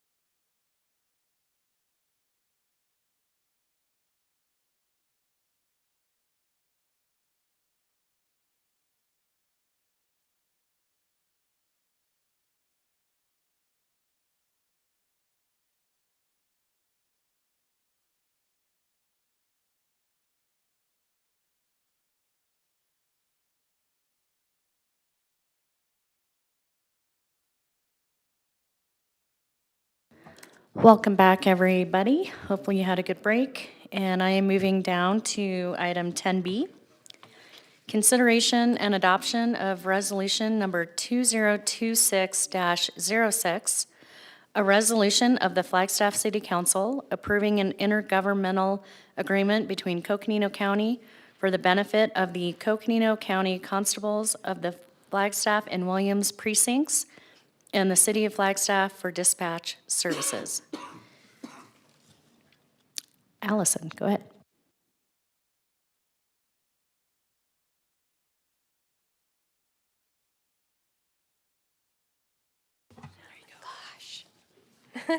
Okay, let's try that again. Good afternoon, Vice Mayor and Council. My name is Allison Hughes. I am the Support Services Section Director for the Flagstaff Police Department. The item brought forward today is a request to approve an intergovernmental agreement with the Coconino County Constables for the Flagstaff Police Department to provide dispatch services. The agreement formalizes an existing partnership, ensures consistent and coordinated communications, and allows us to recover costs without adding staff or impacting service levels. I'm happy to answer any questions you may have. Thank you. Council, do we have any questions or comments? Councilmember House. Thank you, Vice Mayor. Thank you for the quick presentation on this. I know this has been a long time coming for this team and have been following along with what all has happened with this, attempting to get this across the finish line. So really excited to see it here now and moving forward. So thank you. Thank you. Councilmember Garcia. Although I wasn't here for the presentation, I did view it online prior to the meeting, and I really want to thank you guys for bringing me up to date. And just really a quick shout out to the county supervisors who did what they had to do to get it to where we're at now. I will be supporting this as they did as well. Thank you. Thank you. Thank you. I'm not seeing any other questions or comments, so I will entertain a motion. Vice Mayor, I will move to read resolution number 2026-06 by title only. I'll second. Any further discussion? All those in favor say aye. Aye. Aye. Any opposed? That carries. City Clerk? A resolution of the Flagstaff City Council approving an intergovernmental agreement between Coconino County for the benefit of the Coconino County Constables for the Flagstaff and Williams precincts and the City of Flagstaff for dispatch services. Do I have a motion to adopt? I move to adopt resolution number 2026-06. I'll second. Any further discussion? All those in favor? Aye. Aye. Any opposed? That carries. Thank you. Moving on to item C, consideration and adoption of resolution number 2026-04, a resolution of the Flagstaff City Council authorizing the intergovernmental agreement between the City of Flagstaff and the State of Arizona through its Department of Public Safety for local border support grant funds. Thank you. Good evening, Vice Mayor, Council, colleagues, and community. My name is Charles Hernandez. I'm the Deputy Chief of Criminal Investigations. This item before you is an allocation from the Department of Public Safety in the amount of $285,000 for the support of the Criminal Investigation Flagstaff Police Department's mission in the community. The City of Flagstaff has received the annual local border support grant funding to support the Flagstaff Police Department's work addressing serious crime that have regional and cross-border connections. This funding is consistent with prior years in which the city received grant funding from the Arizona Department of Public Safety through the Coconino County Sheriff's Office and is focused to protecting public safety while using resources responsibly. What we plan on using the funding for is to support investigations and enforcement related to serious and complex crimes, which include drug trafficking, human trafficking and smuggling, crimes involving sexual exploitation of children, including internet crimes against children, and child sex abuse material cases. What this funding will not be used for is routine immigration or general ICE-related activities. Instead, it supports collaborative investigations with local, state, and federal partners aimed at disrupting organized criminal activity that directly impacts the Flagstaff community and surrounding region. So how we will allocate the funds, we received $150,000 dedicated to detective overtime and officers assigned to the Metro Multi-Agency Task Force. This allows investigators to conduct drug interdiction and related investigations without adding permanent staffing costs or increasing reliance on the city's general fund. This typically comes in the form of overtime. So most of these crimes that we are addressing is in addition to the numerous caseloads that the detectives already carry, which is over 250 for person and property crimes. So you can imagine that on top of that, these extra investigations are needed and put a strain on the general fund for overtime allocation. So we seek this money to offset and reduce the strain on the general fund to enable us to perform the operations that are in dire need in the community. The $135,000 will be allocated for the purchase of 2 unmarked investigative pickup trucks and required covert law enforcement upfitting. These vehicles are critical tools for coordinated intelligence-driven operations targeting these organized criminal networks operating across jurisdictional boundaries. So we were looking at procurement options for these 2 vehicles and were leaning toward, with the approval from Fleet, obviously, the Ford F-150 Power Boost hybrid pickup trucks. This selection reflects a balanced approach that prioritizes operational effectiveness, fiscal responsibility, and alignment with the City of Flagstaff's Climate Action Plan and Carbon Neutrality Plan. Flagstaff serves a large, predominantly rural geographic area. Investigations frequently require long-distance travel outside city limits, variable terrain, and the transport of evidence, specialized equipment, and in some cases, victims. Full-size pickup trucks provide the cargo capacity, durability, and flexibility required to support these investigations and missions. The Ford Power Boost system combines a gasoline engine with electrical assistance, delivering increased torque, improved fuel efficiency, and extended driving range. This allows the investigators to operate for long durations without dependence on charging availability, an essential factor for rural operations and multi-agency deployments. Compared to traditional gas-only vehicles, the Power Boost hybrids reduce fuel use, greenhouse gas emissions, particularly during city driving, surveillance operations, and stop-and-go conditions. This directly supports Flagstaff's Climate Action Plan and advances progress toward the city's goal of long-term carbon neutrality.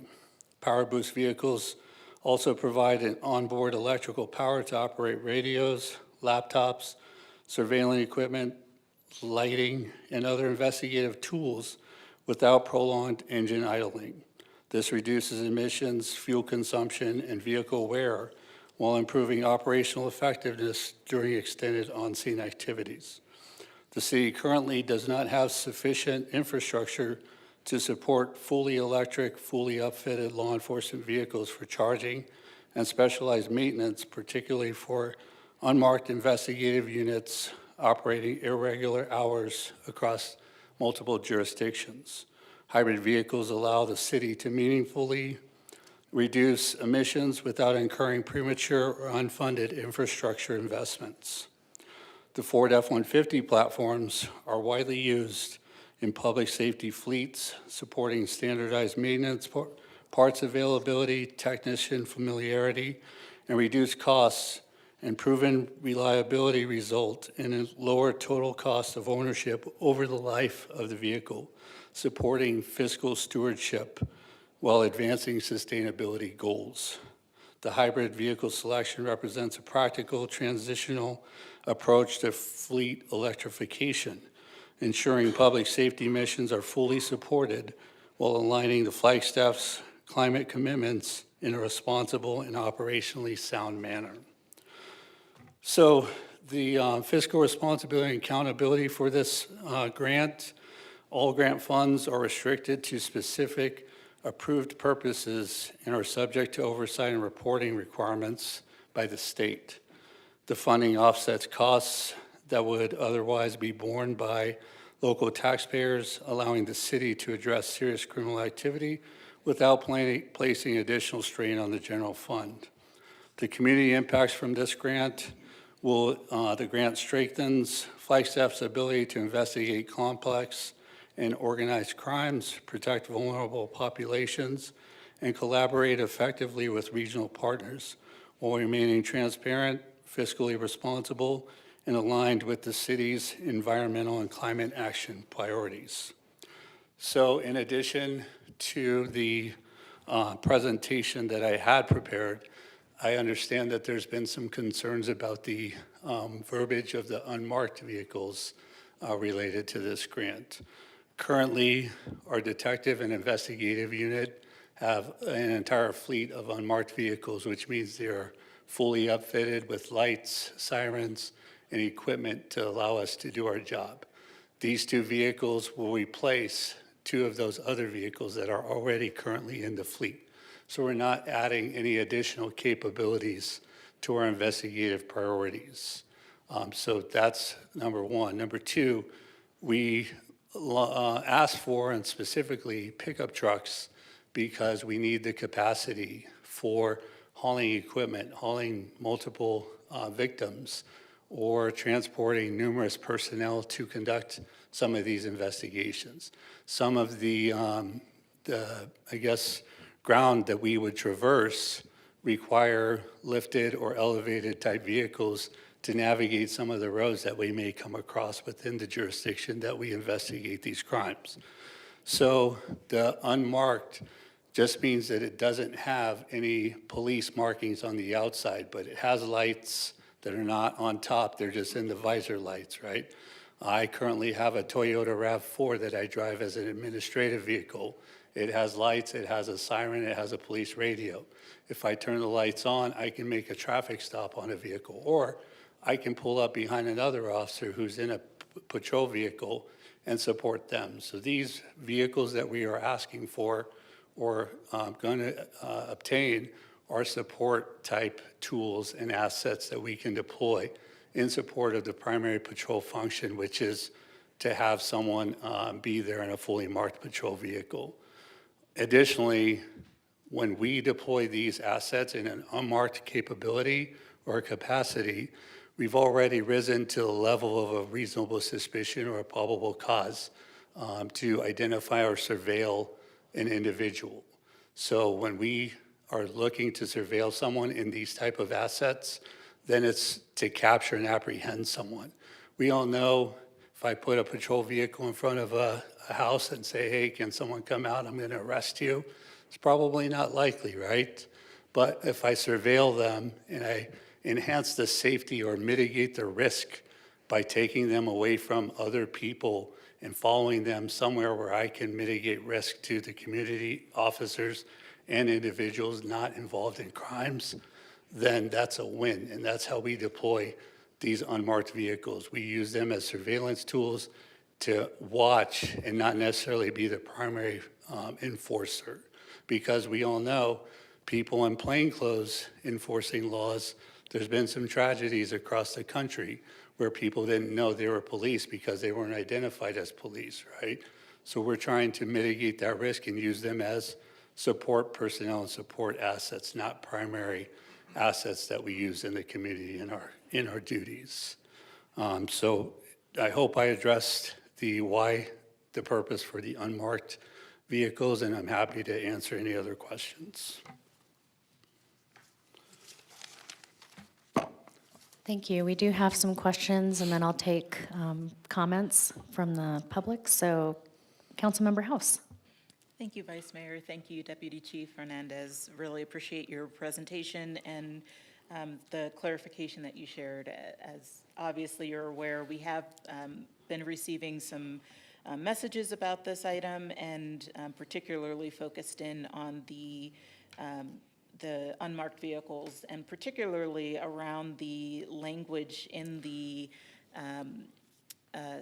summary and I believe in the IGA that states that these would be used to support state and federal border enforcement objectives. Part of the perception that that has led to in the messages that I've seen so far is, and I believe one actually states that this is putting federal enforcement personnel on our streets. So I'm hoping that you can clarify and give us some clarity and offer some clarification to the community on who is using these vehicles. Is it our police or are we inviting outside agents to use these? How we're differentiating between border enforcement and immigration enforcement, and just restate what you shared at the beginning of your presentation on what the Flagstaff Police Department's policy is in terms of immigration enforcement. Thank you for the question, Vice Mayor, Councilmember House, council members.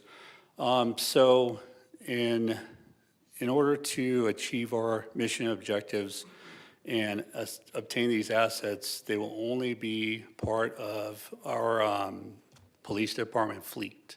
So by policy, only police department members are assigned and operating these vehicles. As I stated previously, these vehicles are going to replace 2 current vehicles in our fleet that are already assigned to someone. So we assign vehicles based on seniority. The senior people will probably get these vehicles depending on their mission that they're already engaged in. And so that's, no other personnel will be available to operate these vehicles.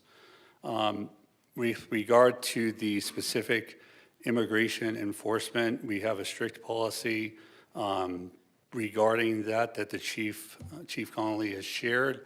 We don't, as a criminal investigations unit, when I authored the staff summary, the broad term border-related crimes encompasses numerous crimes, right? It could be labor trafficking, sex trafficking, drug trafficking, human exploitation, sex exploitation. It's just a broad term in the summary that we had. We've identified what specifically we are going to enforce, with that being drug trafficking, human trafficking and smuggling, crimes involving the sexual exploitation of children, internet crimes against children, and child sex abuse material. Nowhere in there is immigration a priority for our focus. Additionally, we have stated that these funds are not going to be used for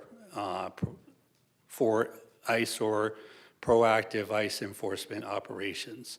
We have enough on our plate with all the caseloads that we carry and these additional crimes that we're hoping to address. And what this grant does in addition to that, it supports the previous grant that we were allocated for the human trafficking. So we received 1 detective salary in that grant from the human trafficking and then some overtime. This only enhances the operational capabilities with the overtime. So we nearly doubled our operational capacity by us receiving additional overtime funds to address specifically the human trafficking and all these other crimes that I've already addressed. And I'm sorry, I think I missed one of your questions. I think you touched everything. The only other part of that was, and I think you addressed it, just the differentiation between border enforcement and the things that you listed and immigration enforcement. So I think you kind of covered that. And Councilmember House, if I could just add, we're not using these vehicles to send personnel down to the border to assist in any of those type of operations. We are strictly enforcing laws and operating these vehicles within the law as it pertains to the use of unmarked vehicles So that's where our focus is, the city of Flagstaff, and working with our immediate regional partners. Thank you very much. Councilmember Matthews. Thank you, Vice Mayor. Deputy Chief, if we didn't accept these monies, would we stop doing the tasks that they're going to cover and not buy the vehicles that we need? Thank you for the question, Vice Mayor, Councilwoman Matthews, Council. We will not stop enforcing the crimes that we're looking to address. It will only not enhance our capabilities to operate in the rural areas that we're seeking to conduct these investigations. And it'll limit our capacity in transporting equipment, transporting victims, or responding in great distances, because we have to take more vehicles rather than loading up one vehicle to transport other items or personnel to great distances. So it will inhibit it, but it won't stop it. I appreciate that, and that kind of leads me to, and I hate to use this example, but just to put it in context, did we send any unmarked vehicles up to assist federal and state law enforcement to apprehend the suspect in the recent heinous crime to the 8-year-old girl from Tuba City? We did receive a request from the Navajo Nation and Federal Bureau of Investigations for assistance to assist with that investigation, and we did send investigative personnel in unmarked vehicles. Thank you. And I understand the public concern with some of the terminology used in the agenda item. You know, it's a sensitive discussion. It's a national focus. You know, and just getting that clarification. So I appreciate, you know, you really laying it out clearly that it's replacing existing unmarked vehicle fleets. Everyone knows that most detectives use unmarked vehicles to assist them in the basic steps of pursuing a criminal. You don't want to come in red lights and sirens to go monitor their house. You want to sit there and have them hopefully not notice and get them to come out, or like you had mentioned, move to another place. So some of this, like over time when we've got a crime that you're investigating or the vehicles, without grant funds from whatever they come from, we would need to pull those from general funds to continue in a lot of cases. Is that correct? Councilwoman Matthews, Vice Mayor, Council, yes, that's correct. And currently, our patrol operations already expend a significant amount of overtime funds. So the investigative unit would expend additional funds on top of that. And I think we just had a study done. One investigation from start through prosecution is at least 30 hours. Give or take 5 hours, but for one investigation, for one investigator, it's about 30 hours on top of what they're already assigned to. So you can imagine the expenditure for overtime in that and the strain it would place on the general fund. I had one other question and I forgot. So the total grant amount is $285,000, which is a significant amount. And you know, I'll wait to make maybe comments at the end, but, you know, I want to make sure. I think that we do maybe too good of a job of keeping the public, not highlighting all the stuff that goes through our town and happens in our town, because we're in the middle of the 40 and the 17, and the amount of sex trafficking and child sex trafficking and human trafficking and labor trafficking and drug trafficking that we do. It's great that some of us can live in that illusion that we're this nice little sleepy town, but you know, I want to make sure that we're supporting our law enforcement, because there's some stuff that you need to keep us all safe, and all the stuff that we face that are unique to our area because we have two major freeways that drive past us, and I think we'd be astounded if we knew who was driving down 66 at any given time. So thank you so much. Thank you. Councilmember Aslan? Thank you, Mayor. Thank you so much, Deputy Chief. Really appreciate you being up here to discuss all this.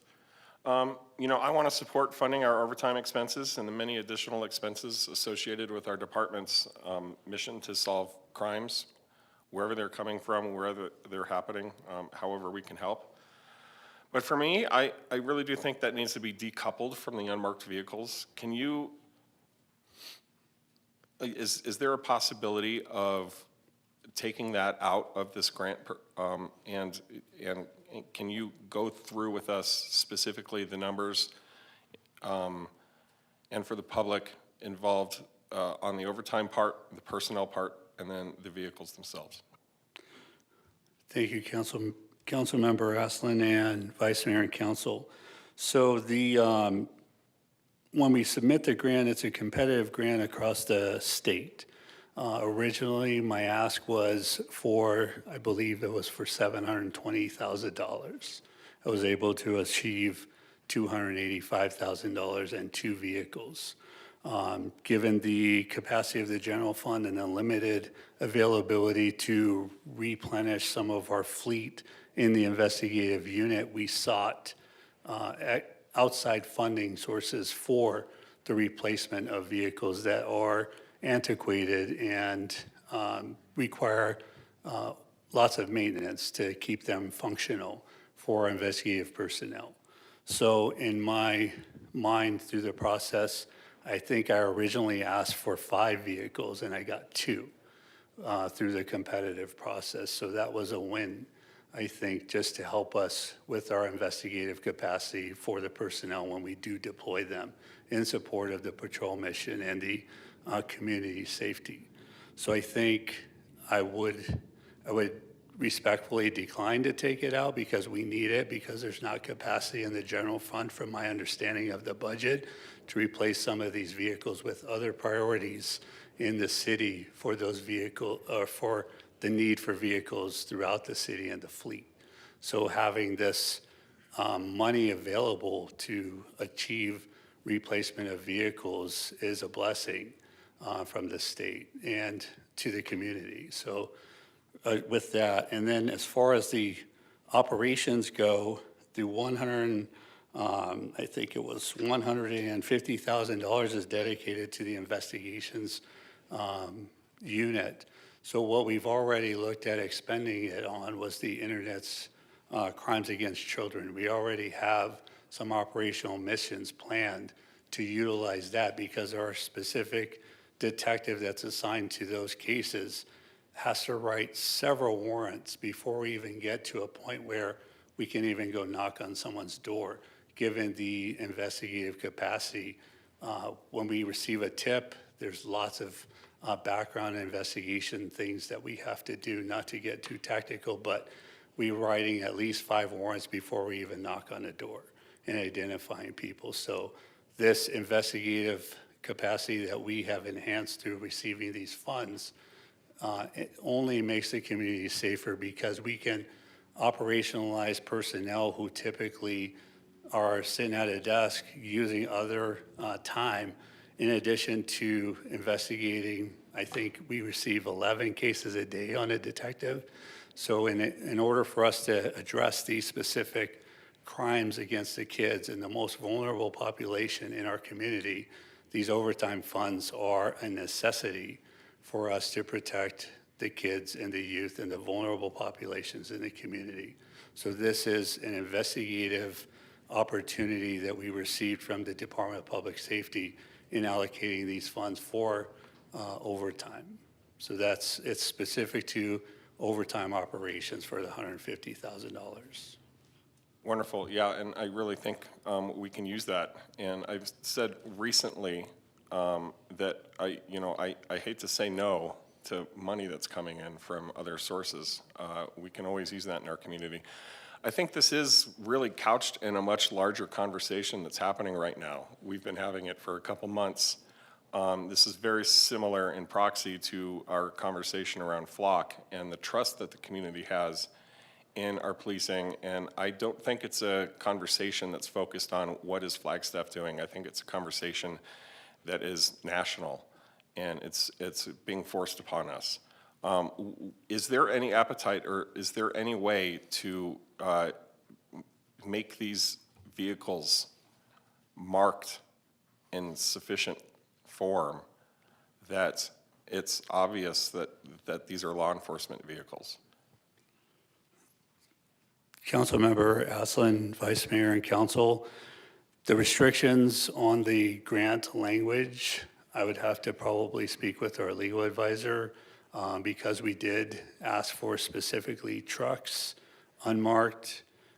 Doesn't mean they're not police vehicles. It just means that they don't have decals on the outside readily identifying them as police vehicles, but they are a part of the police fleet. They have emergency lighting, they have a siren. If they want to drive down the road and operate in an emergency capacity, they flip their lights on and they operate their siren, the same as a normal police vehicle, just without the markings. And I believe, it's evolved, but the Department of Public Safety has aggressive driver unmarked vehicles, trucks to Challengers, Chargers, Mustangs. I think the best practices are for, I guess it's unaware people tend to behave in a different way than as if there was a presence, right? So detecting and observing and catching people who are engaged in behaviors when people aren't looking is a primary focus of some of those operational capacities. In this case, our operational capacity will be to deploy in support of the investigations after, again, I've said that we have reached a probable cause to apprehend someone or a reasonable suspicion to detain someone. So it's not a proactive approach like the aggressive vehicles out on the street and the highways from DPS. These are purposeful assets and tools that we will deploy within the law and our operational policies. Thank you very much, Deputy Chief. I really appreciate your position and your perspective and your ability to talk through all of that. I have some further thoughts, but I'm interested in hearing about public comment first. Before public comment, I do have Councilmember Garcia. Thank you, Madam Vice Mayor, and thank you for the presentation, Deputy Chief. I think that you have really encapsulated the divide between what the department will do and how it will not be following protocol from federal agents. But that's where my questioning will align with. So when I think about this topic, the collecting, you mentioned collecting intelligence operations. Well, I would like to pit that versus profiling and ask you what distinguishes the difference between collecting intelligence operations and profiling within our community. I'll start with that one. Thank you, Councilmember Garcia, Vice Mayor and Council. The differentiation between profiling and intelligence gathering is one is directed at behavior, right? The other one is directed at how people look or dress or something like that. Two totally distinct parts of the investigation. Now, if a suspect gets identified by race, right, then that's a little bit different than just me going and surveilling someone. But if I'm addressing an internet crime against a child or a sexual exploitation or a tip that someone's operating a vehicle and they're transporting people for unlawful labor in the community, things like that, that's behavior related. So that's where we draw a line between, hey, what are we looking at to investigate and why are we watching people or surveilling them? We're looking at behaviors. And like I said, when we deploy people in surveillance mode, we're not looking to follow them and catch them. We've already got enough to surveil them. We're looking to take them away from wherever they are and mitigate risk again, and then get to a point where we're going to develop probable cause, or we already have probable cause, or we have a warrant and for their arrest and we're going to take them away. So that's behavior or due process specific. The profiling stuff, it's we don't conduct surveillance just to watch people. We have other things to do and can't get bogged down by that stuff. The community deserves more than just that. Okay, I understand that, and thank you for that complete answer. It definitely helps weigh things here. Now, when we're talking about, and I think I've expressed this before with the department and how much trust I have with the department, the city of Flagstaff, the chief of police, across the board, that's a fact. But I've also expressed that just outside of our department is where I don't know. It's not that I don't trust, it's just that I can't trust until I can, and I don't know. And when it comes to some of these task force, I have seen firsthand where, as a citizen, I feel that there could have been a line that may have been crossed in a couple of situations that I witnessed personally. I can almost guarantee that the people that were under investigation and whatnot you'll never, ever see them in a jail. But I seen that lever pushed in that direction. So my question is for you is how much control does the department have over this operation as opposed to having maybe state influence, since it is with the Arizona Department of Transportation?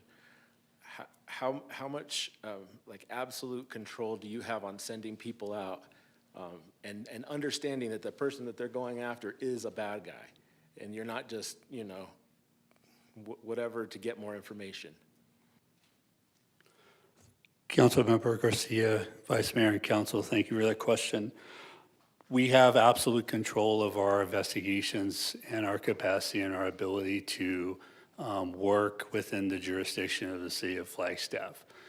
Department of Public Safety, just tell us, report how much you spent, what you spent it on, and if we have money left over, we have to return it. We don't get to keep it. So they are only, our reporting requirements are operations we've conducted, not arrests, not any of that stuff, or who we arrested, how much money we spent, and how much money do we have left over to give back at the end of the grant cycle. So we have complete and total control over how we allocate and spend that money.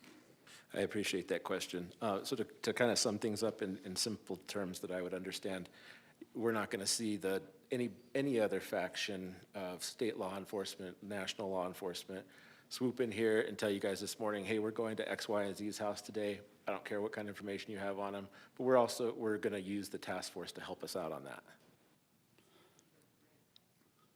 Councilmember Garcia, Vice Mayor and Council, this is investigative operations and not necessarily driven by a task force. So it's specific to the crimes that I identified that we're going to be addressing with the use of this funds, and as well as the personnel who are assigned these vehicles that are replacing current assigned vehicles to that personnel. So we're not influenced by any operations that are being conducted in the community. And obviously, Chief of Police has already addressed what's going to happen if we are requested to do things like that. But that goes through the Chief of Police, and that decision will be made at the chief's level and with city management as well. So our operations are focused on the crimes that I identified, and the capacity outside of that, we're more focused on just what we identified, and that's it.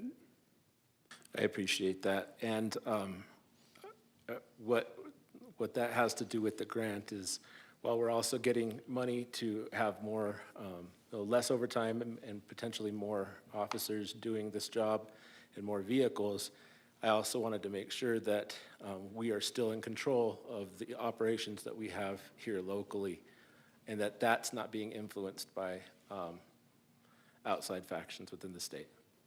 Councilmember Garcia, Vice Mayor, and Council community, you have my commitment that we're not influenced by any other agencies when we're doing these operations. We're leading these under the North Star Task Force group, as well as our policies and procedures within the city of Flagstaff. Excellent, and I'll try to be a little lighter now, even though we're still on the same topic. Do you have specifics, data over the past 10 years that says that we need this type of extra for our department? Is it a numbers thing, or is it just trying to get in front of the numbers? Councilmember Garcia, Vice Mayor and Council, I would say it's a combination of both. Since I've been in this deputy chief's spot for the past year, I've learned that the budget gets pretty tight and pretty lean at some times for some of our needs, right? And we have to prioritize some of the asks when we're all, as a collective organization, asking for a pot of money of what we need, right? So with our antiquated fleet that we utilize as investigators, and me assuming that role over investigations, I've identified several vehicles that are in need of replacement. And with the deficiencies in the general fund that are not supporting that, having the opportunity to seek additional funding to not burden the general fund to replace these vehicles was one of my priorities coming into this role. So I think that helps us enhance our capacity and do our job to the best of our ability. So we're not out of service per se investigatively while vehicles are being repaired or under maintenance. So the vehicle aspect is, like I said, it's a blessing from the Department of Public Safety that they allocate funds or make funds available through state legislation to help organizations such as ours to enhance our capabilities and keep us going and moving forward in our missions. I totally appreciate that. I think I must have asked the question a little bit wrong. Are we seeing a spike in transnational criminality in the city of Flagstaff? Councilmember Garcia, Vice Mayor, and Council, we've embarked on these missions over the past 2 years.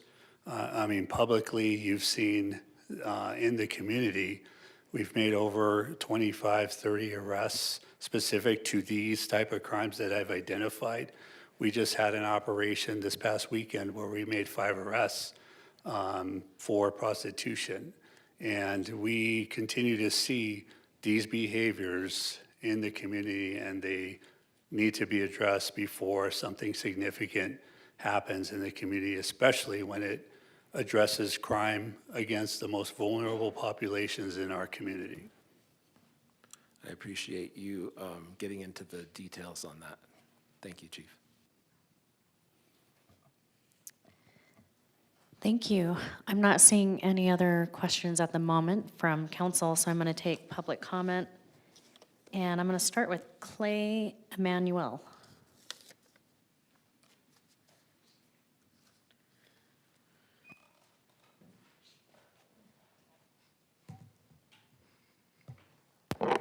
Hello, thank you, Vice Mayor and City Council, for your time.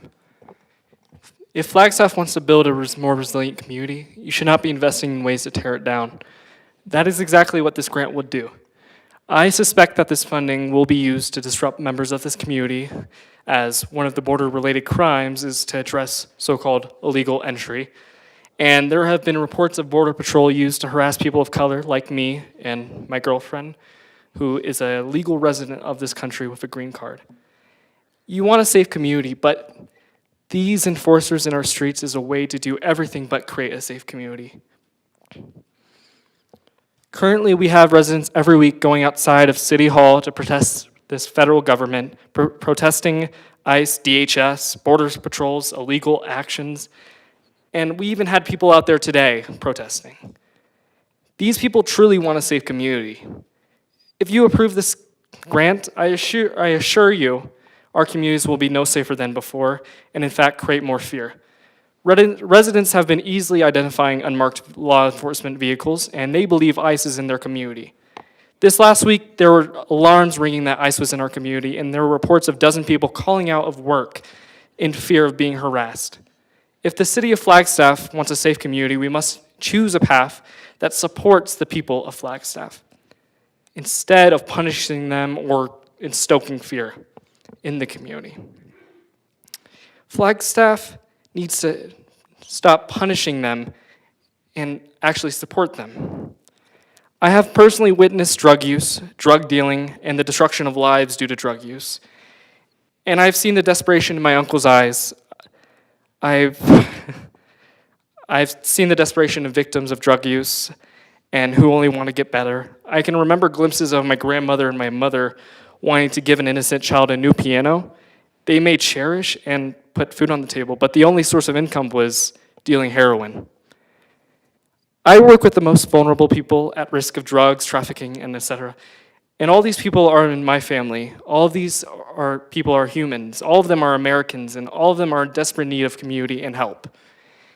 And if only we had a state that supports them, those who turn to drugs for vice or growth. If we invest in communities where the job market is poor, drug dealing and prostitution is the only option, we can ensure that each individual can thrive rather than just survive. Flagstaff should instead explore alternative programs that bring together the community and not invest in stoking fear. These are ways to make sure a better world that is possible. Thank you for your time.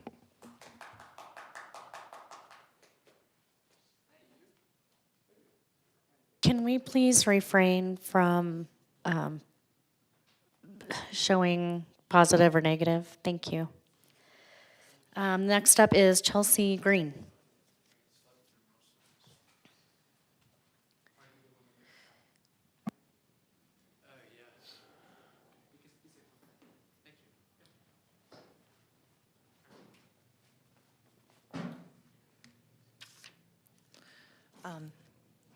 Hi, members of council. I'm not sure the proper way to address, but my concern with this bill, I only found out about it this morning, and kind of read through the agenda, and it does seem like after last month's kind of discussion about Flock and some of our concerns about AI and local politics, it doesn't seem like it really got through to some folks. I did also notice a piece on this agenda that was discussing Peregrine as well. I literally did a Google search and found out who their funders are. Guys, you got to get better at this. It's Sequoia Capital, it's BlackRock and Vanguard. These are not good funders, okay, guys? That like leads to bad news. But you know, do your own research. Also, this particular one, especially at this time, as every day, most of your constituency is like watching like social media or like mainstream news that actually does show what's happening in Minnesota and what's happening in Minneapolis with the collaboration of ICE and, I mean, the local police there are doing really good. We'll hope that ours does too, but also ICE has been bullying folks in ways that it's not, I don't think that even the local police are able to prevent what they're doing, right? So how are we going to protect our own communities from the ways in which if folks should come, if the federal situation does arrive here, how do we negotiate that? And this bill doesn't show that you guys are having the foresight that we were hoping to help you with last month. So it does feel like, I mean, not all of you, it does sound like some of you are thinking through some of these things, and I do appreciate that. But also, it does not seem like some of you are really taking the time to think about what dangers this community is facing. And I'll cede my 33 seconds. Thank you. Thank you. Next up is Sean Person.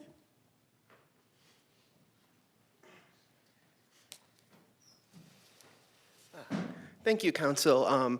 Sorry, I don't have any actually prepared remarks. I heard about this like a lot of people earlier in the day, and I came directly after work and have not had time to really engage with it. But I am deeply connected and have deep connections and friends with a lot of people in the immigrant community here in Flagstaff.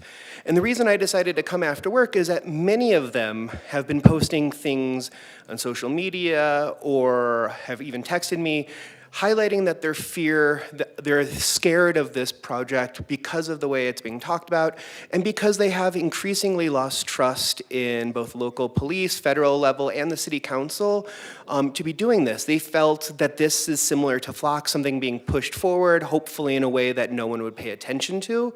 And if that is or isn't true, I think the council owes the people the capacity and ability to hear about this, engage, and have an actual dialogue about what the city of Flagstaff and the residents who live here want to see as the strategy moving forward. I know multiple people who are very scared because this seems to be shoved in, hidden, and seems to be connected to border enforcement. These might be just like issues related to PR, but it's your obligation to make sure that the people in this community are aware and are not scared about what the government and the police are doing. So I would ask you to delay this until the public itself can be much more involved in the conversation. Personally, though, I also would like for us as a city council and as a city to remember the lessons that we learned in 2020 during the summer of George Floyd's protests. Since then, we have seen nothing but an expansion of police powers. If you talk about Flock, which thankfully I am happy you all moved away from, this, Peregrine, others, what I've seen here and across the country is an expansion of police powers and a kind of a forgetting of the long history of police abuse and violence and tensions within communities that blew up in 2020. And I feel like we're losing and forgetting the lesson that happened just 6 years ago or 5 years ago. And in doing so, I think we're putting ourselves in a dangerous place. Add to it the fact that we are seeing across the country, police, ICE agents, everyone else, abusing power. We're seeing the rise of fascism at a federal level. And what I see often being done, not just here, but across the country, is city councils expanding police powers, which are institutions that will be used to undermine the civil liberties and rights of the public. So I really ask for you all to think deeply about what role the police should play and what we want to do to protect our community, and also to think really deeply about communicating to the immigrant community and assuaging them of their anxieties. Thank you. Thank you. Sarah Andrews.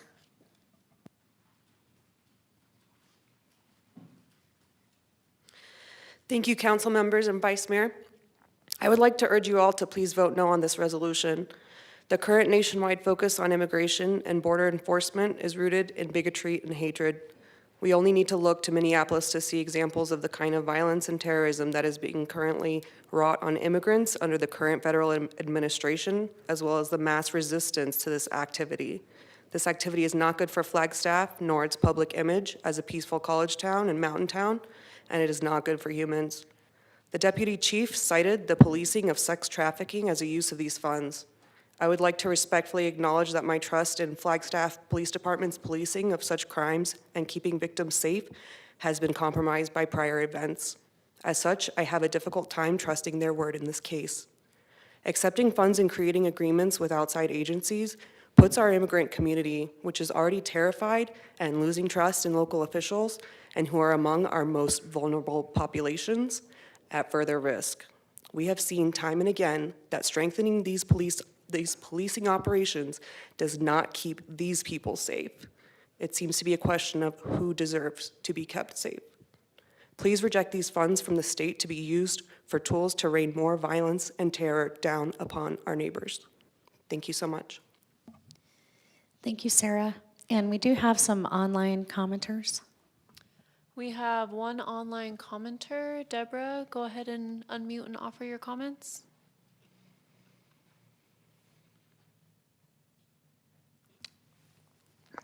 Hello, my name is Deborah Block, and like others who have spoken here tonight, I also learned of this today, had a visceral response to it, which is why I am here.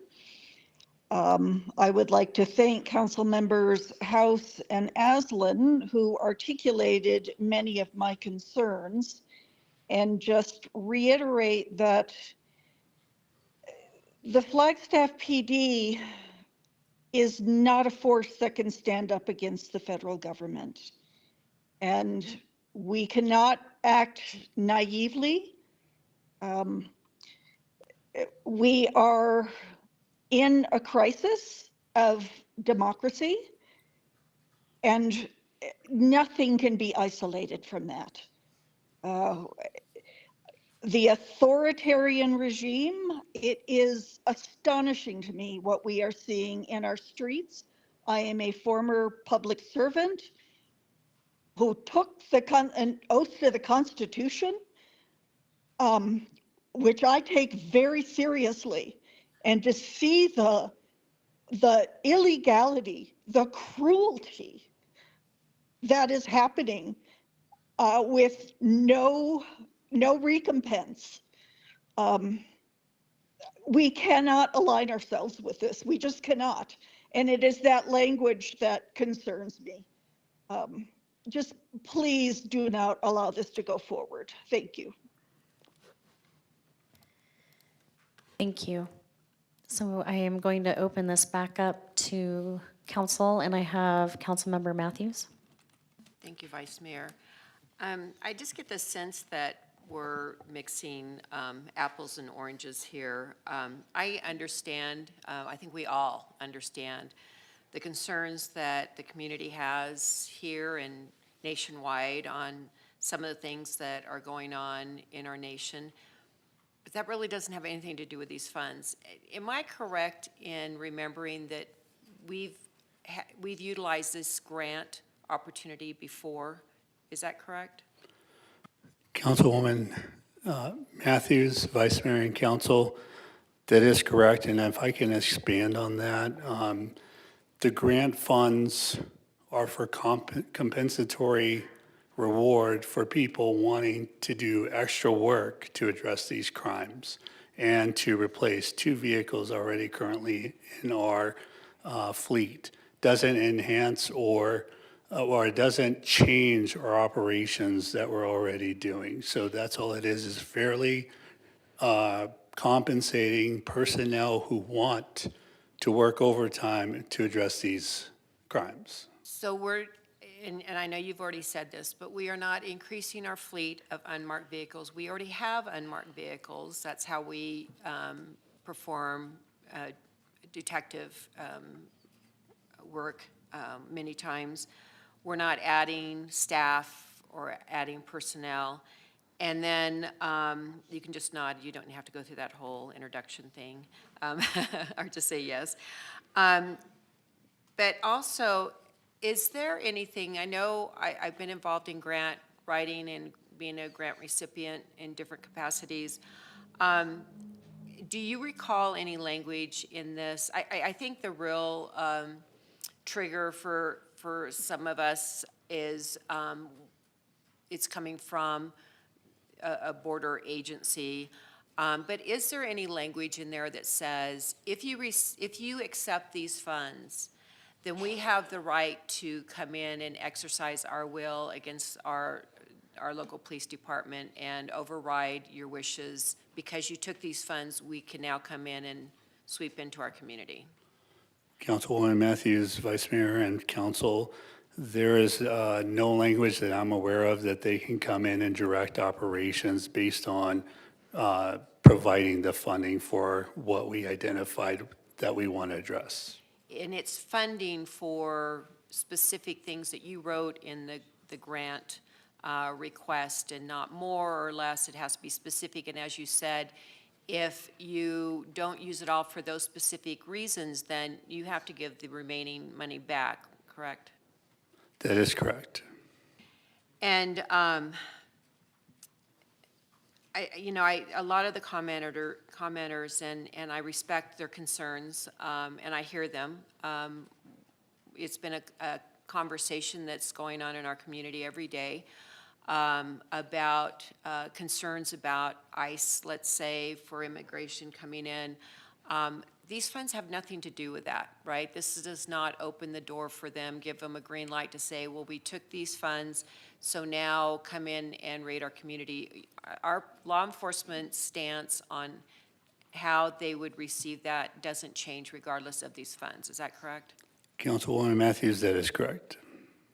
Thank you. Well, I, for one, will stand with the children and the most vulnerable, and maybe I'm more sensitive to that because I've worked with that population group.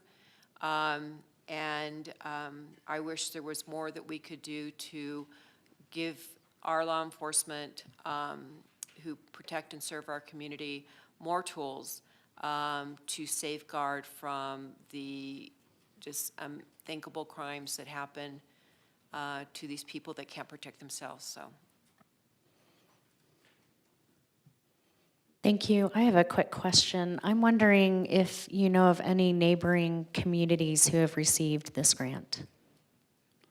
Vice Mayor, Council, I believe the Coconino County Sheriff's Office receives a local border support grant, which we were allocated funding from last year to support overtime operations in our Metro Narcotics Unit. So that is a similar grant, or is this grant, or can you explain a little bit more? It's a similar grant in that only sheriffs were able to apply for the grant, and this year they opened it up to the municipalities to apply for the funds, because I don't know what the purpose was, but they opened it up to the municipalities to seek additional funding. Okay, thank you. I'm going to move down to Councilmember Aslan. Again, thank you, Vice Mayor, and again, thank you, Deputy Chief, everybody in our police department. I have nothing but the utmost respect for you and trust in the way that you operate. This is a very similar conversation to the one we've been having. I can't decide if the timing of this agenda item is terrible or tragic or fortuitous one way or the other, maybe. But I'm finding it hard to support bringing unmarked border-related assets into our city right now. Many voices in our community are already making it clear that this request feels tone-deaf given this month's national headlines, tragic national headlines. In terms of that, I'll just remind us that we should be deeply uneasy when armed representatives of the federal government conceal their identities while interacting with civilians. There's something profoundly troubling about agents acting with full authority of the state while shielding themselves from recognition. And I know this request isn't about ICE, it's not coming from the feds directly, but that's not good enough right now to assuage our on-edge community. When government power is exercised anonymously, it erodes public trust, regardless of the mission or the agency involved. I've said this before, elections have consequences. And until we can move past the abuses we're seeing with respect to law enforcement and border immigration issues in general, I'm finding it really difficult, even though I want to further or to perpetuate practices that involve covert policing when there are so many active, unanswered questions about where federal agencies and the new American fascism are going to take all of this. I want to be supportive of this grant. This is very difficult for me, but there's too much fear out there for me to justify a vote that keeps the status quo going while ignoring the terrified voices in our community. Apples, oranges, I get that. I'm compelled by that. But the problem is it's all in the same basket. We need to pass through all this insanity before we turn back to status quo practices that have felt reasonable in other eras.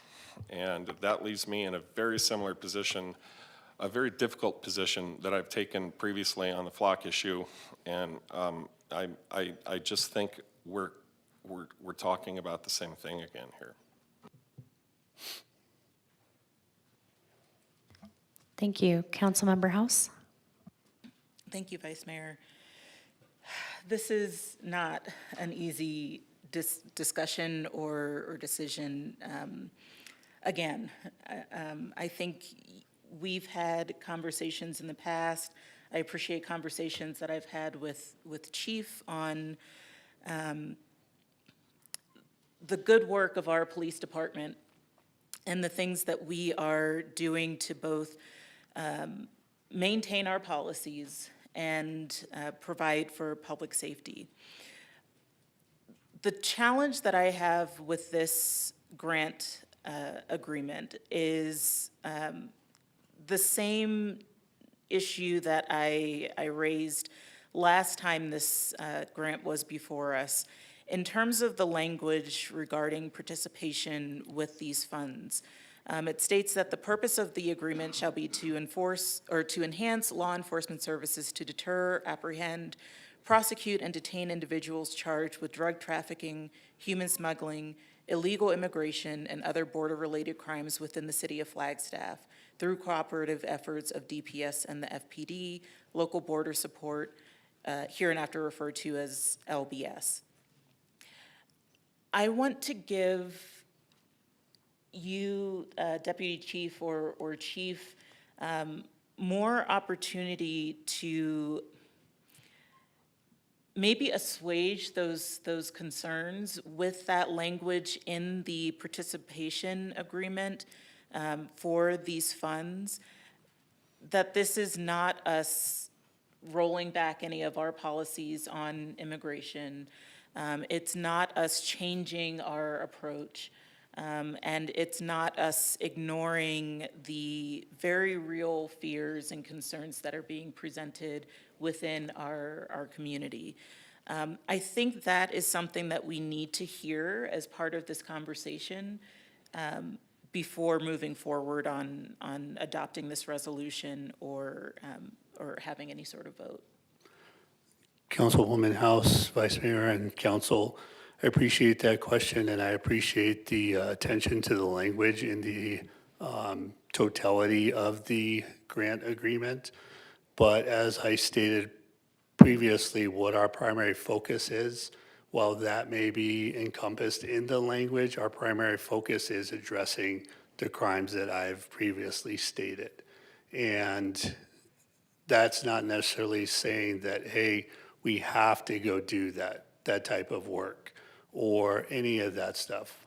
We're not realigning policies. The chief got here and he worked with the immigrant community, the Hispanic community, my community, to reinforce the partnerships that we had established under Chief Treadway, even back to Chief Cooper, to make sure that we are a community and we serve the community.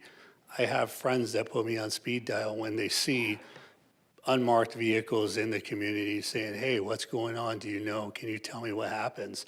And we answer them. We look and we reach out to all our contacts in HSI, in the federal government. Chief fields calls all the time. I field calls. Deputy Chief C fields calls. We're here to work with our community. We're not realigning priorities. We're not repurposing personnel.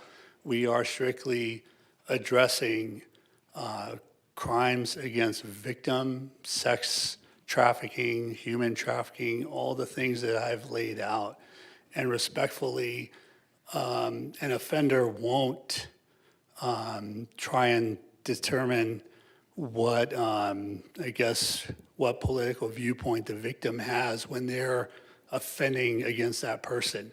We address that crime, no matter who it is, who the victim is, right? And like I said, my personal experience within the community as a Hispanic, as a Latin member of the community, coming up through the community, and the only minority member of the executive team to be in this position, I'm deeply committed to making sure that members of my community can trust me, right? If I go out into the community and I'm not in my police uniform and they have a candid conversation with me, they're going to have to respect and trust that what I'm telling them is the truth. Otherwise, that's my integrity, that's my personal thing that I have to own on behalf of the department, and I'm not in a position to sacrifice my personal beliefs or my cultural beliefs to do something that I don't believe in, and that the chief has already reiterated to the community that this is how it's going to be. I deeply appreciate that, Deputy Chief, and I think it's an important part of the conversation that we don't often get to bring to the table and talk about. And that's part of why it's so difficult. But I think it's really important for us as we're having this consideration, not only from the dais, but also as the community, to hear that, particularly some of what you shared towards the end of your comment. I think it's a very easy thing for us to forget is that this is not conversations, or these are not conversations, these are not national headlines or issues that we're facing as community that are happening completely in a vacuum.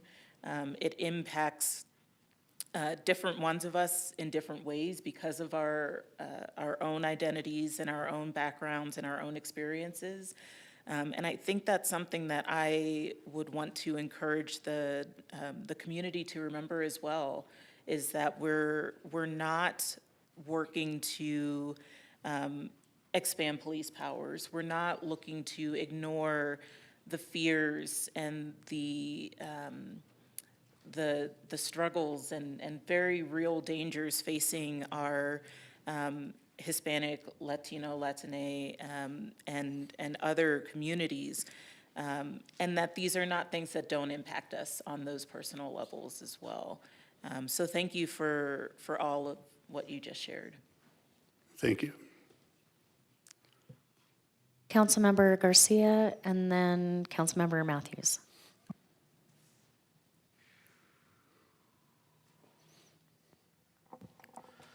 Okay, so just to kind of riff off of the closing statements that Councilmember House just mentioned, I just wanted to kind of share a little part of my life to let the community understand that I am as affected personally as anybody that has a tendency to brown in the sun instead of burn. I was supposed to go to a function in Phoenix today, and I had to pump the brakes on that because of my apprehension that ICE might be there and might have a problem with me and take me away as well.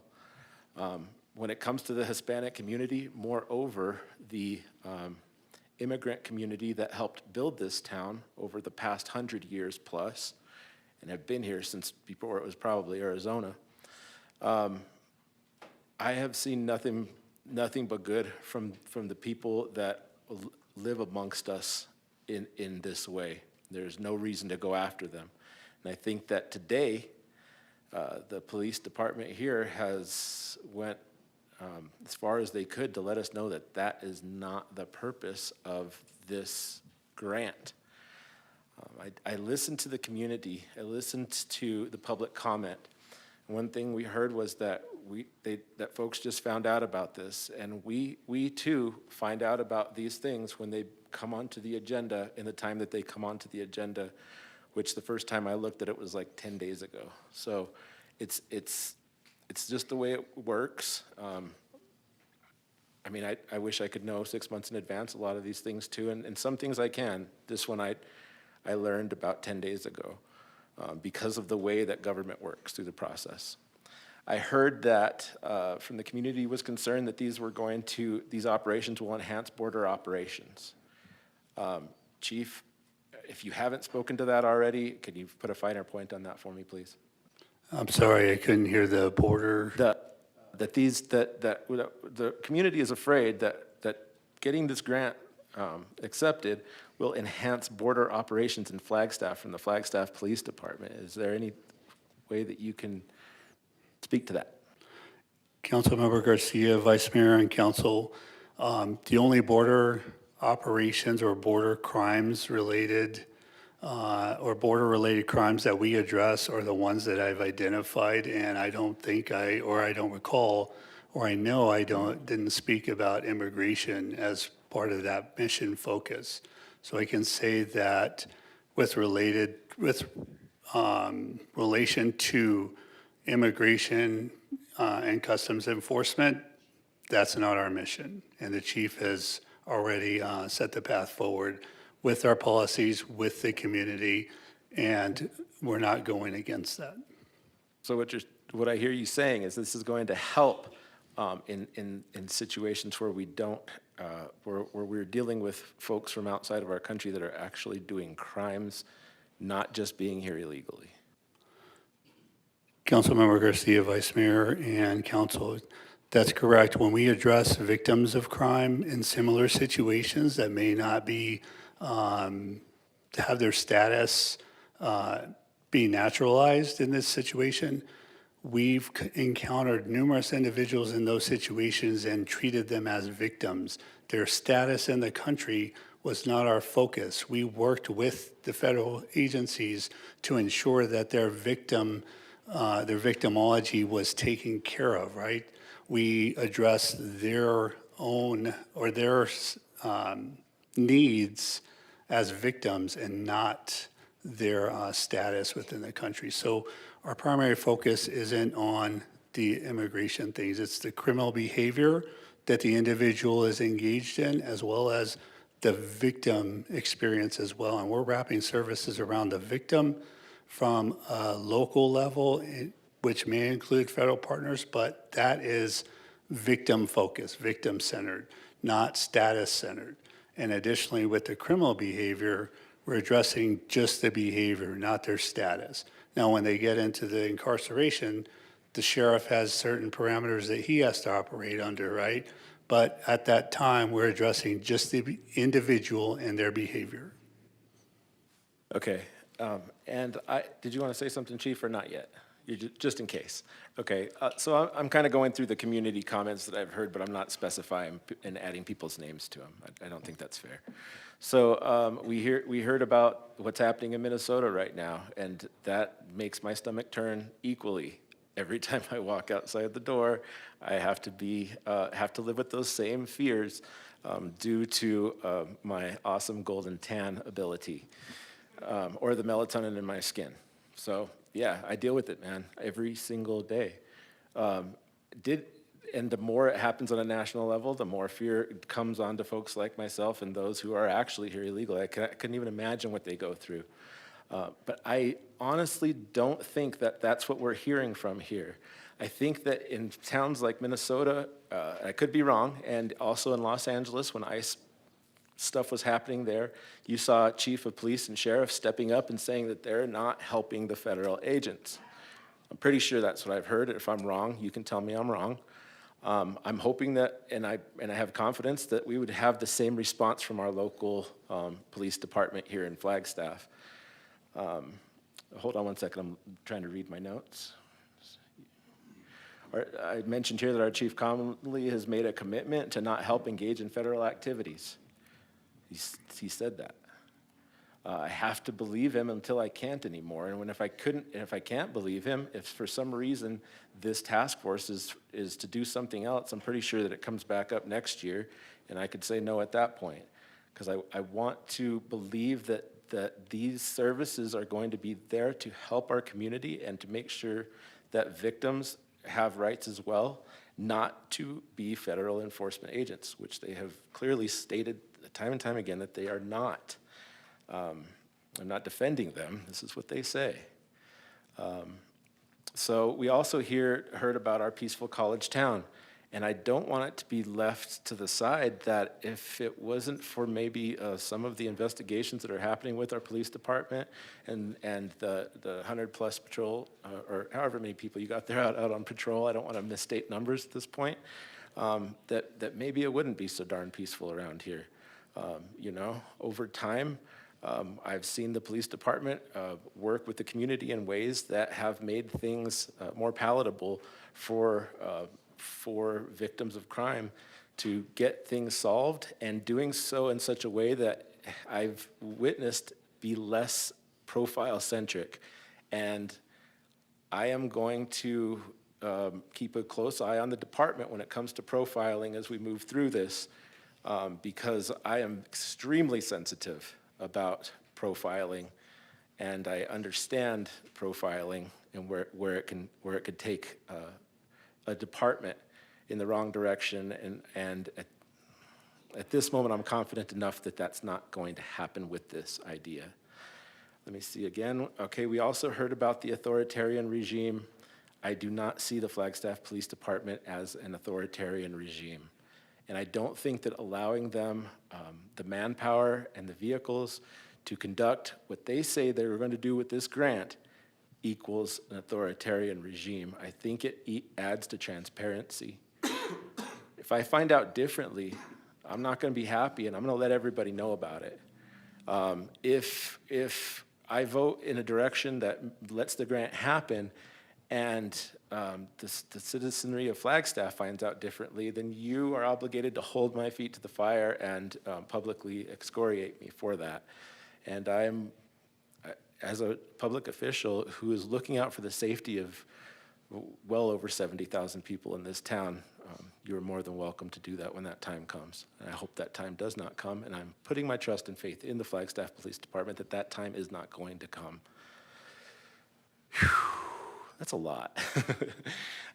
So that's really my commentary at this point. My feeling is I'm with the public in your fear of what's happening out there, mainly because of my last name, the color of my skin, and my family heritage, and the people that I associate with this town who may or may not ever be able to be American citizens but help build this town and are as pivotal as anybody who has legal status here. You know, my heart is, I will protect them in every way that I can when the time comes, whether that means that I get arrested by ICE or not. I will be that guy. I promise you that. If that's what's going to be best for the community and for the cause. I just wanted to be clear. Thank you. I have before I call on Councilmember Matthews, I did thank you for coming up here, Chief Conley. You are our chief, and Deputy Chief Hernandez, I really appreciate your personal thoughts on this. That resonated with me, as well as Councilmember Garcia. It's important to hear your perspective and how this all affects you too, and all of us in the room. Chief Conley, we're talking about replacing vehicles and not adding capacity. And we're looking at labor, sex, drug trafficking, human exploitation, and not using this for federal operations. And I guess I wanted you as our chief to have a few words on that. Vice Mayor, members of council, I'm incredibly grateful for this conversation. In the same vein, we all have concerns about the tone and tenor of our fear and anxiety based on things outside of our control, and then how it influences our community values and our safety of our residents. And so I respect that. Let me be clear as I can be. And I've said this publicly. I've spent hundreds and hundreds of hours working with the immigrant community, trying to ensure and foster this trust, redoing the policy. I just met with a group before I came in here this afternoon. These resources and this money used for this investigative overtime will absolutely not be used for immigration or immigration enforcement, and will not find its way into the hands of anybody but the Flagstaff Police Department. And when we talk about a task force, the only task force we're talking about is the relationship we have with the Sheriff's Office in coming together as a group to fight narcotic trafficking in this community. So that's the one local task force. I think the other thing that needs to be said, so I just wanted to be clear on that. As it relates to the undercover aspects of a police department, it's a primary mission of law enforcement and policing to be able to have an undercover capacity, to be able to have vehicles that aren't marked, to be able to do our job when we rise to a level of reasonable suspicion or probable cause, to be able to put eyes on individuals that we believe are operating and committing crimes of victimization in this community. I don't want to liken it to saying the fire department can't have a fire engine, but the reality of law enforcement is every police department in our country that has this type of crime has to have the ability to put eyes on things in community. If we're not using technology to put eyes on things or wherever, we have to be able to put eyes on. And I liken it to this. If I have a serial robber and he's committed 5 robberies, and he's becoming a stringer, and he has a MO, and he has a certain type of day and time and location that he's hitting, the ability to put an undercover vehicle on somebody's business, somebody's house, somebody's resident, an official that maybe is being threatened, to be able to do that is paramount. And so I just want to be clear on that. This isn't adding, I got to be careful because we've disclosed what types of vehicles there are. I don't know how undercover they're going to be. We've burnt them. To be completely honest, we know they're a Ford F-150 and they're a hybrid. And so I don't know how useful they will be. The current UC vehicles, at times I like buying and getting involved with jalopies that look a little run down, that fit in with the neighborhoods or whatever, that just look like a common vehicle. If you were to see some of these right now based on their age, their gas guzzling ability, and their safety, because it is officer safety when they're in that UC vehicle. There are some very violent people at times they're putting eyes on that we want to make sure they're as safe as possible. So to have a fleet of 7 unmarked vehicles in the Flagstaff Police Department, I don't think is above and beyond. There's strict policies centered around it. I think the other thing too, I do appreciate the intellectual capacity of all of us to delineate. And to delineate between what we're seeing nationally, so much of it out of our control, how much of it is fact, how much of it is reality. There's a middle ground on all of that.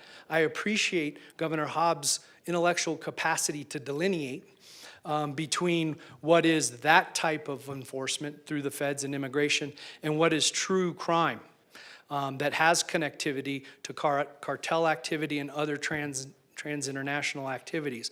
She's made it very clear, and that's why this money has come forward, that we are intellectually sound in this state to be able to delineate between that, and she's committed to this type of enforcement. The reason it was always funneled through sheriffs was always interesting to a lot of us in cities. And I think it's with so many of the appropriations that go on, hey, what about, we are seeing this activity in our cities, not just in rural counties. We are seeing an increase in this behavior. Crimes have become more complicated and require a tremendous amount of more investigative time and aptitude to be able to put that in front of a jury. There's an expectation of video. There's an expectation of photography and a whole bunch of things. And so that is why you saw the governor and this appropriation and the legislature take a different approach and allow us to directly streamline it. The direct streamlinedness of this is powerful and important because it allows me and us to look each other in the face, to look you all, to look community in the face and have a conversation about extreme ownership of how we deploy these resources. And I just want to be very clear. This is not a connection to some sort of federal border enforcement issue. If it is, and it ends up that somehow, some way, there's an ask, I'm putting the trucks on a trailer and we're sending them back. Nobody's going to get in our vehicles except Flagstaff police officers on behalf of victims in this community. Nobody's going to access our overtime except Flag police officers on behalf of victims in this community. Thank you. You might want to stick close. We have a couple other comments. Councilmember Matthews. Thank you, Vice Mayor. Thank you, Chief, for making those statements. Deputy Chief Hernandez, you were very clear 10 times over on the same things. It does put a little bit more weight on it when it's coming straight from the chief and not hearsay, if you will. But this is more, what is hard for me right now is to understand the disconnect in some of the commenters and some on council getting wrapped up in the stuff going nationally, in the horrors that some people are seeing, and talking about a budget-related item. If we don't approve this funding, it's going to undermine and chip away at our budget abilities to support our law enforcement because it'll come from somewhere. This is not new task force. I saw some emails that said, say no to unmarked Border Patrol vehicles. That's not it. We're talking about utilizing this grant money to replace current unmarked vehicles that are getting beyond their life cycle so that we don't have to pull it out of the general funds. And I don't know why this is so hard to separate. I know there's a lot of noise out there when we see on social media, so I get it. But Chief Hernandez, you've done an excellent job of explaining that, and I think that people are just so blinded by what they're seeing that they're not hearing you, and I apologize. The county sheriffs received similar grant money, $440,000. I hope that they start sending out notifications so people can go and show up at their meetings as well, because we do a lot of things in concert with each other. Now, this is just me personally, but I've heard it several times during this discussions in Flock, when we talk about how we trust you, Chief, we trust our law enforcement, but we just don't trust the guns you use or the vehicles you get and the money you receive. So, I mean, that just for me, that contradicts the word that we trust you. I trust you, that you've made a statement publicly and to us multiple times that this is your policy. You will not support ICE coming in. If they start leveraging grant money that they gave us vehicles, now you have to let us use it to go do an ICE raid. You're going to send it back. I have total trust in you that even though there are things that could come up that are unexpected, that you know the will of this community, the sensitivity of this community, and you will act appropriately. And when that happens, you will turn off the button, you'll send back the cars or whatever, even though it's not in the contract. But to your power, the local power, I trust your word. And I don't have to go past that, because you have said, this is what we're going to do, this is what we're going to use the money for. Sometimes people that aren't familiar with grant money, they have a larger scope. This is all the things you could use the money for. And you've stated, and out of that, this is what we're focusing on. The most vulnerable, children, drug trafficking, sex, and human trafficking. These are big, hard issues that are devastating to our local community people that are facing overdoses, jail time because of their addictions and stuff, and they deserve that protection and that help to get these things off the street. And so I hope, I'm thankful, I apologize that you had to come up and say it, but it did, it does resonate when it comes straight from the horse's mouth. But I hope that us on council can all separate ourselves from what we are fearful of what's going on nationally to what the ask is, the budget impacts, and to continue the operations that you've been doing already. This is not new operations, and then we can make an informed decision based on that. So I will be voting yes when it comes around, and I hope that everybody's had a chance to separate one from the other. Thank you. Councilmember Spence. Thank you, Vice Mayor. I am going to support receiving this grant money. And my reason is that these are real crimes that this grant money will help prosecute and apprehend the criminals. I also support the use of the unmarked vehicles for all the reasons you've given, that if you're going to make an apprehension, you want to do it in a safe place and time. And I have a trust in everything that's been presented to us today. So I'm a yes vote. Vice Mayor, if I could, I don't belabor this, but, and members of council, and Councilman Spence said this, and some others have said this, there is serious conversations going on in police chiefs associations across America. I'm going to a conference next week down in the Valley, as we have been thrust into this issue that we have no control over, circle of concerns versus circle of control. And how do we best serve our communities? Because what is going on, and this is why I appreciate you trusting us to delineate between this, because what you're seeing is pressure being put on police chiefs and departments. And I'm not saying we're having this conversation here, but if not those victims and those laws, then what victims and what laws? As we move forward, as we try to have, knowing that there is this fear, what do we stop doing on behalf of victims and I don't think any of us here want to be part of that conversation when we're truly talking about victims of crime. And that's my promise to you, is that is our focus. How does that anxiety and fear bleed into other operations? Do we shut down all of these types of enforcement operations on victims? And I think that we have to be very thoughtful and pragmatic about how we go about that. So it's a national conversation. It's one on behalf of all of you in this community, am going to continue to be involved in. There was also a comment made about in a great community, a lot of other services being afforded so that we don't get to a place of having to do enforcement. I would love that. I would love to be able to say that there are not criminal predators out there doing these things, and we have all these things. And I know a lot of us are investing a tremendous amount of time and energy and ringing the bell down at the Capitol about this community needing a healing center that is culturally sensitive, that is rich with sobriety and services. And I want to continue to be a part of that. So this police department is also taking, and the city has demonstrated through CARES and Taros and also this other lane, that we're not just out here with the enforcement arm doing things. And we're going to continue to do that as we want to bring other resources to this community. Thank you.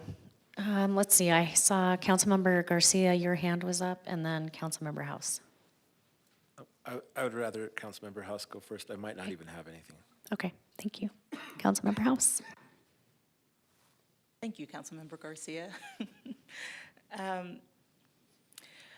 First of all, I just want to thank you both again for what you just shared about what these resources are for, how they're being used in our community. And I know it is very, very difficult for you to have to reiterate over and over again what your commitments are. But I do also think that it's really important that we are hearing it from you and from you, Deputy Chief and Chief. I want to go back to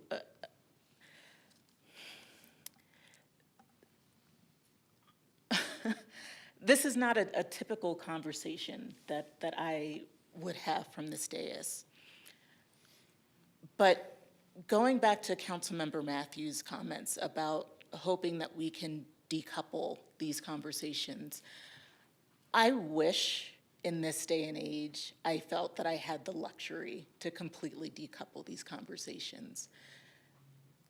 What we have seen happening in this nation, not just in our community, but across the nation, has been absolutely horrifying.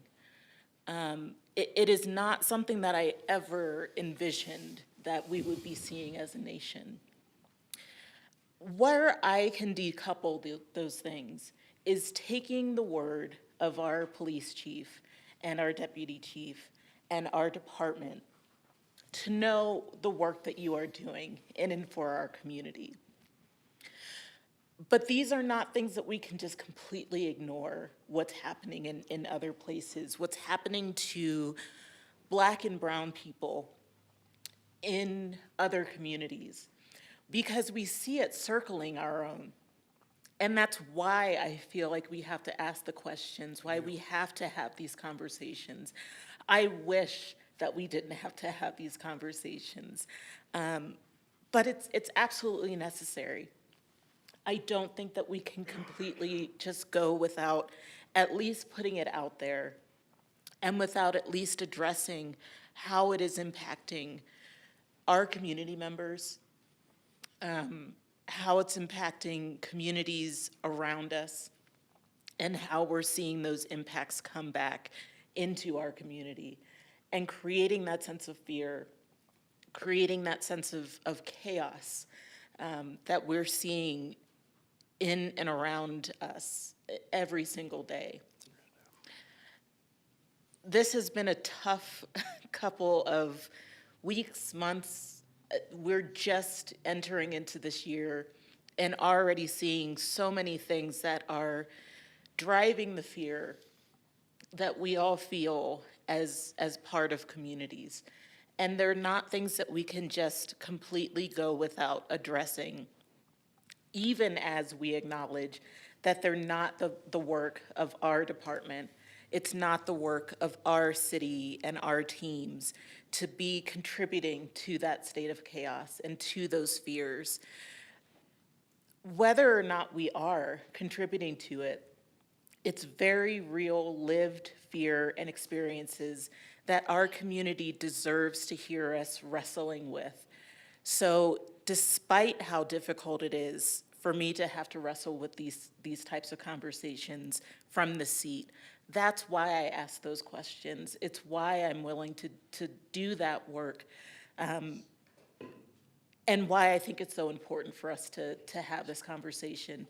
I know that going into this presentation, when this was put on the agenda, this wasn't the conversation that we were envisioning having with this. I think it's just the nature of the world that we're in right now, and we have to be willing to engage in it. So I thank you again, both of you, for being willing to engage in this conversation. And I also thank the community that came out and spoke on this, because it's voices that we need to hear. Whether or not we ultimately agree on what we vote on tonight and where we're coming from, it's important to have that voiced and spoken to in this setting, to bring the voices that do not feel comfortable or free to come out and speak on their own behalf. As I know, many people do not right now feel like they can come and be in this room and have this conversation. We are the people that have the opportunity to bring those voices forward and make them part of the conversation, no matter how difficult it is. So with that said, I appreciate the conversation that you've had with us on this. I appreciate the difficulty of having to repeat yourself, Deputy Chief, over and over on this. I know it has to be extremely frustrating.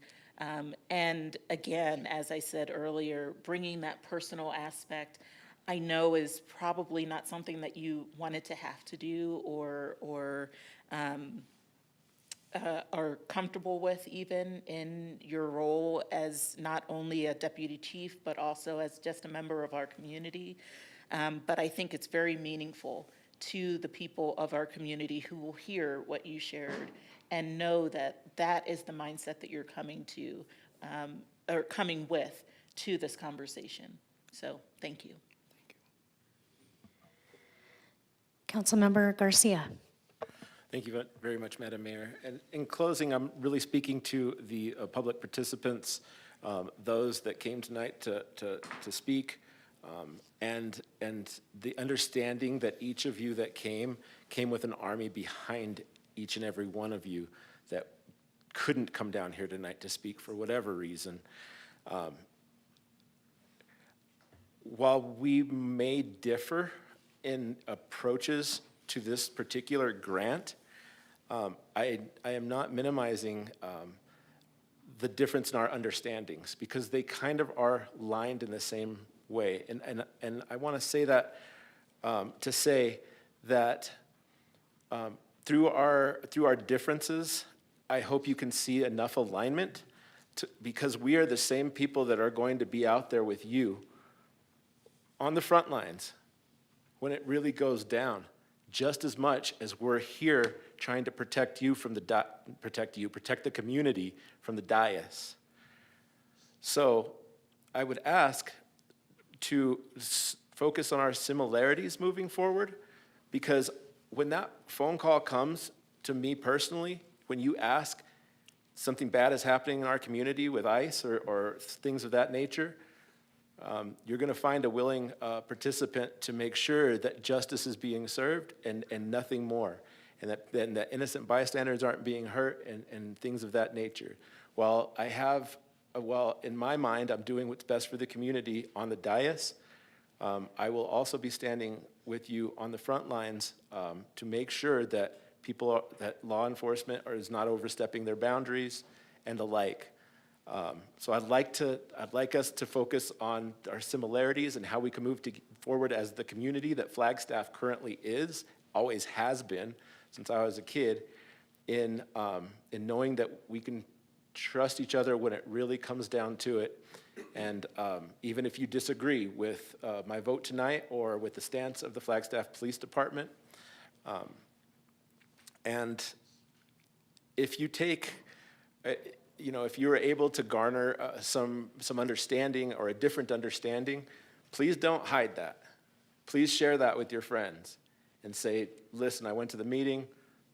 I feel a little different about this. Help spread the word that what the fears that we heard from the public tonight may not actually be what the Flagstaff Police Department is carrying out. I ask you that as a community member and an ally who will be standing with you when it goes down.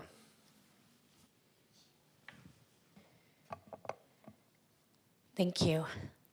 This has been a big conversation tonight, and I just want to thank everyone and my colleagues for the honest conversation, and to the public that emailed and showed up tonight and voiced their concerns. I think we all have a little bit of anxiety, and it trickles into this room, but I'm so thankful that we can have open and honest dialogue. So thank you. And with that, I have a motion from Councilmember Matthews. Thank you, Vice Mayor. Vice Mayor, I'd like to move that we read resolution number 2026-04 by title only. Second the motion. Great. Any discussion? Yes. Councilmember Aslan. Just real quickly, I want to thank and acknowledge Councilmember House for opening up and being so authentic and for articulating so well the same thing that I'm grappling with and the same logic that I'm using to go the direction I'm going. I don't know if we're going to share the same vote tonight, but I'm someone who takes a lot of pride in my speaking ability. I'm an author. I really like to be able to share and portray my thoughts in ways that land specifically. And this one's really hard, but you reflected and echoed the depth and the direction and the vector of my concerns so much better than I have been able to up here this afternoon. I just want to thank you for bringing those points back up, because I think they are relevant to this conversation. I think they're integral to this conversation. And I also think if this wasn't a grant about border enforcement, and if this wasn't a grant that was asking for unmarked vehicles, we wouldn't be having any of this conversation. And some of that's didactic, some of it is very specific, and that's unfortunate. But this is the place where we're at up here on this dais. We need to be able to wrestle with these things, and at the end of the day, our votes are binary. They're yes or no. I think there's a collective wisdom that shows up when 7 of us with different lived experiences and strengths and insights come together to make a final decision. And I'm glad that emergence can occur. But I feel very strongly with this conversation and with the flock conversation that I have a place. I have an honor and a privilege of sitting here and being able to speak to some of these issues that are swirling around us in a maelstrom. And here we are inside our little glass bubble, which could crack at any time. I think it's relevant to provide some pushback on some of these things and to represent the voices in the community that are concerned and that are just as concerned about the police's ability to engage with the community, because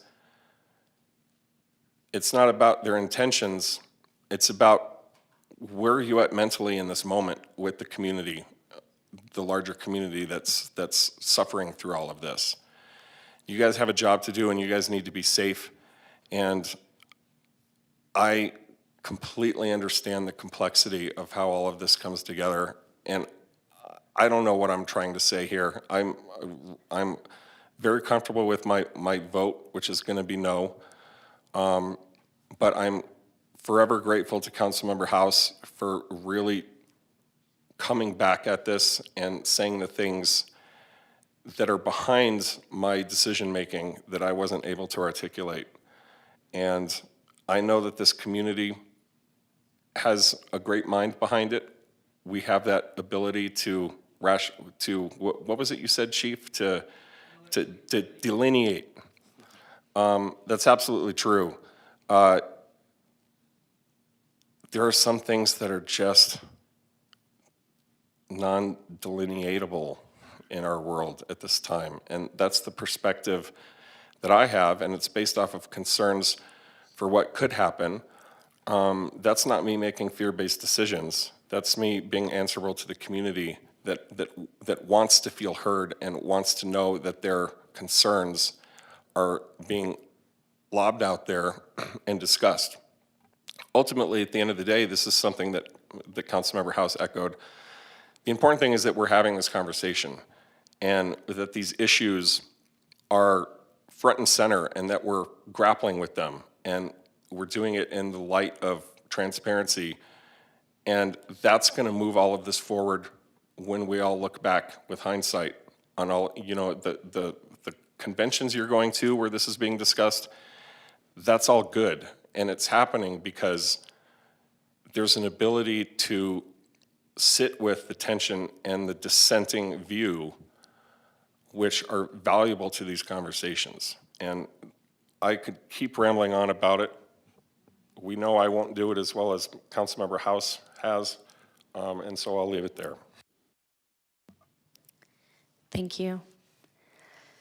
I appreciate those words. So I have a motion by Councilmember Matthews and a second by Councilmember Spence. And is there any further discussion? Not seeing any. All those in favor? Aye. Aye. All those opposed? No. Okay, that carries. We still need a motion Oh. to adopt after the Thank you. city clerk reads. Thanks. Sorry. A resolution of the Flagstaff City Council approving an intergovernmental agreement between the state of Arizona through the Department of Public Safety and the city of Flagstaff for local border support grant funds. Do I have a motion to adopt? Vice Mayor, I move to adopt resolution number 2026-04. Second. All those in favor? Aye. Aye. Any opposed? Nay. Okay, that carries. Thank you, and thank you again, everyone, for that discussion. We'll have more of them, I'm sure. Moving down to D, consideration and adoption of resolution number 2026-07, a resolution authorizing approval of Amendment 1 to the intergovernmental agreement between the state of Arizona and the city of Flagstaff for the Red Gap Ranch longitudinal waterline IGA with ADOT to amend the established permit process for a regional water supply waterline in I-40. Sterling. Vice Mayor, Council, thank you. I'll be very brief. Resolution number 2026-07 is simply an amendment to an IGA that was entered in between the city of Flagstaff and the Arizona Department of Transportation in 2016. It's a 10-year IGA. That IGA is in need of being updated, but it's also set to expire here in 2026. As a result, ADOT and the city, we've negotiated basically a one-year extension under Amendment 1 that this resolution would approve. And during that one-year extended period of time, there are several different terms that we need to update and clean up, for lack of a better way to put it. But this is all continuing to work toward the long-term goal of a regional water supply pipeline from Red Gap Ranch to the city of Flagstaff. And as you know, last October, the Bureau of Reclamation was here to present a value planning study to you and the Water Commission on some excellent progress toward that regional supply. This essential path through I-40 is something that we need, and this establishes a permit process from ADOT for the city and our regional partners. And so my recommendation tonight is that you approve Resolution 2026-07, thereby extending the period of time for 1 year on this IGA so that we can come back to you within 2026 for a longer-term IGA.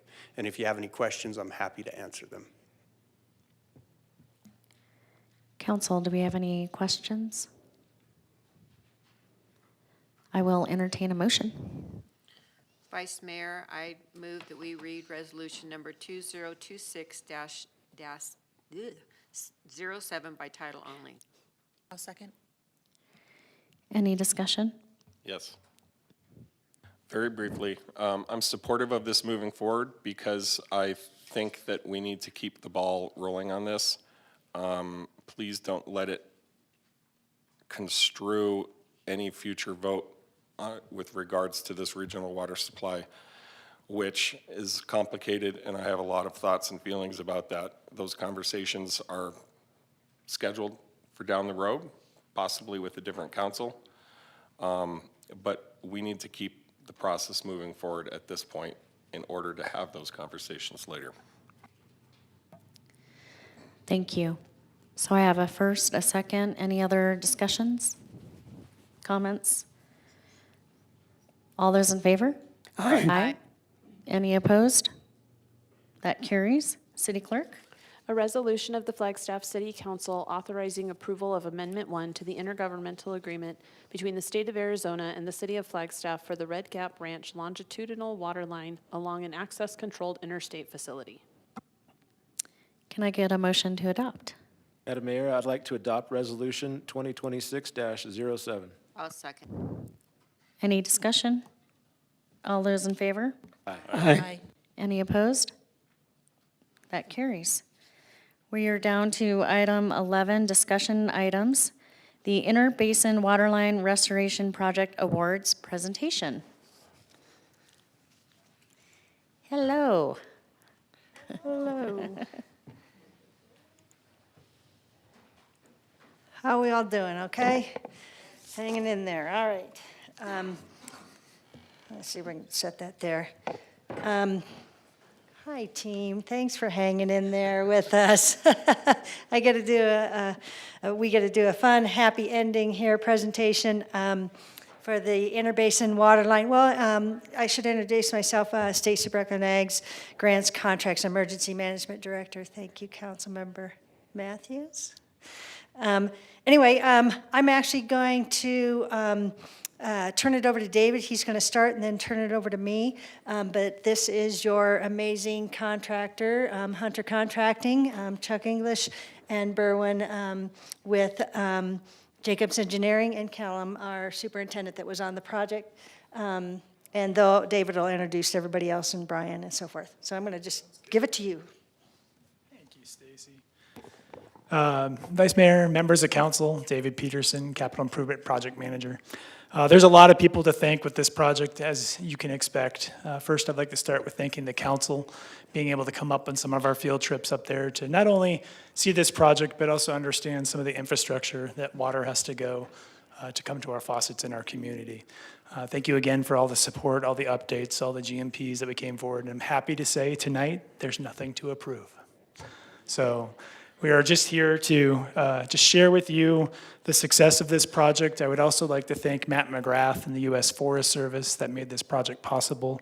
It was very unique to have a city project completely on Forest Service property. So him and his team has wonderful technicians and specialists that allowed us to even do the project. Partnerships with the county as well, a bunch of city departments, CMO pushing out a lot of the public information that we had with the media as well, and then also Water Services Department, Engineering Department, and also just legal and procurement and emergency management. They all tie together, and I think that really speaks volumes to why the project was successful. In one of the awards that we went to that was down in Tucson, we had this poster that was up on display, and it was a really good way of giving a synopsis of the project.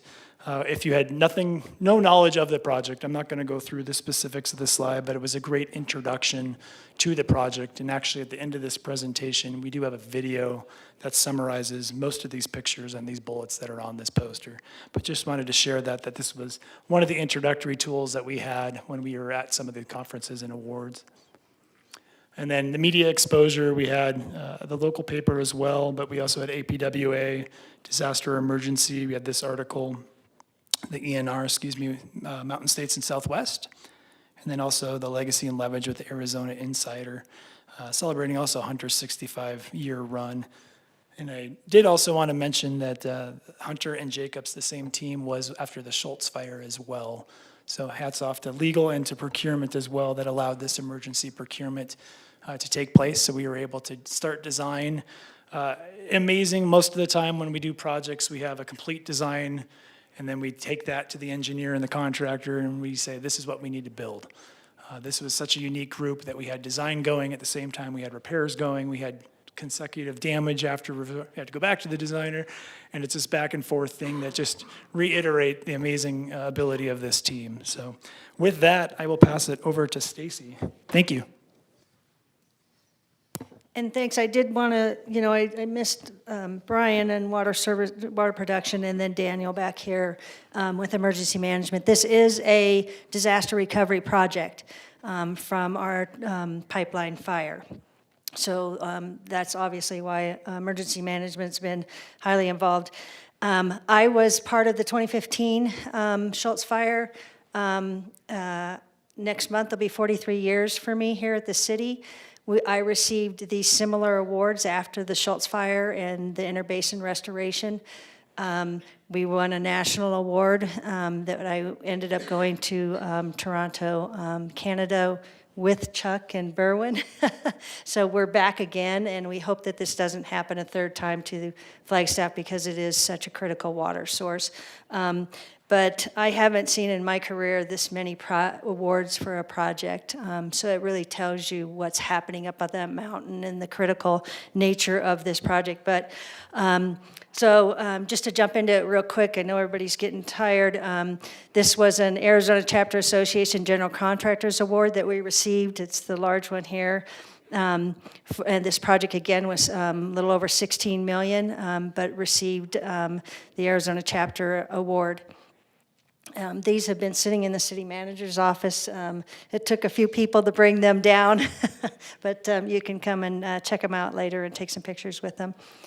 The next one was an Arizona Transportation Builders Association Award. This one is actually was for a safety award, and our safety officer was really up there all the time, along with our superintendents and other staff. So this was a really impressive award for Hunter Contracting and Jacobs Engineering. Next one was the Arizona Water Association Award. And I have to tell you, I flipped through these pictures. The first award was at the Rustler's Roost, where the dress code was boots and Levi's. And then the awards got nicer, and I end up in a dress. So I had to laugh when I started flipping through them that we all started having to up our attire. But the Arizona Water Association Award was awarded down in Phoenix. Again, another Arizona award.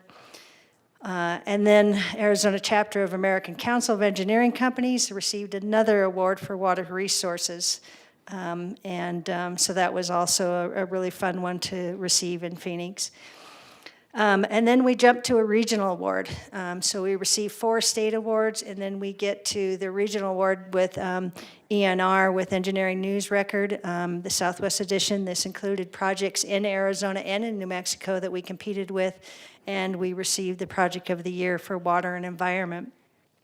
And then the big one, after we've got the 4 state and then we're the regional, we jump to a national award. So City of Flagstaff names on the books here. I'm telling you, it was really great to be in Chicago with many awardees, really amazing projects throughout the U.S. But then when ours came up, of course, we were pretty jazzed to see the City of Flagstaff and and the contractors and the Jacobs Engineering's names out there for this award. So with that, when I do this next tap, we're going to show you a video that was played at the National Award and some of the other ceremonies.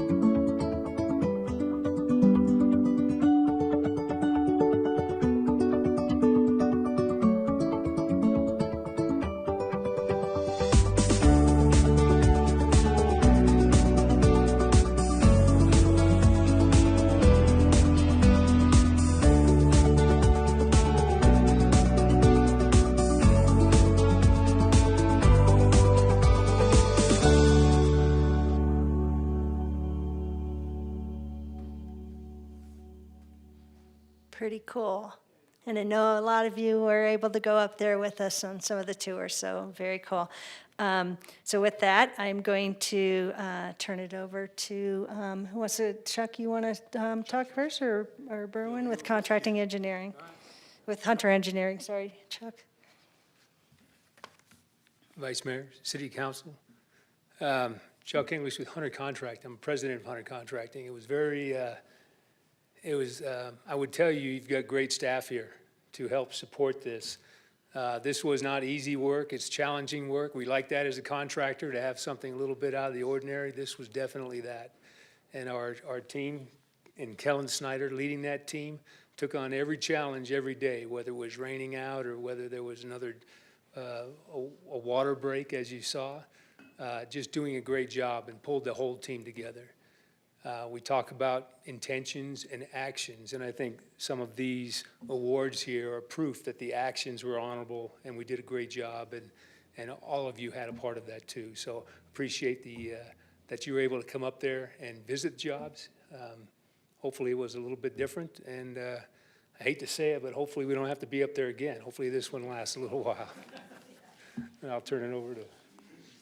Did I miss anything? No, you didn't miss anything. Only thing I might add is some of you might be looking at our pictures. I know most of you came out to the field with us. We appreciate it.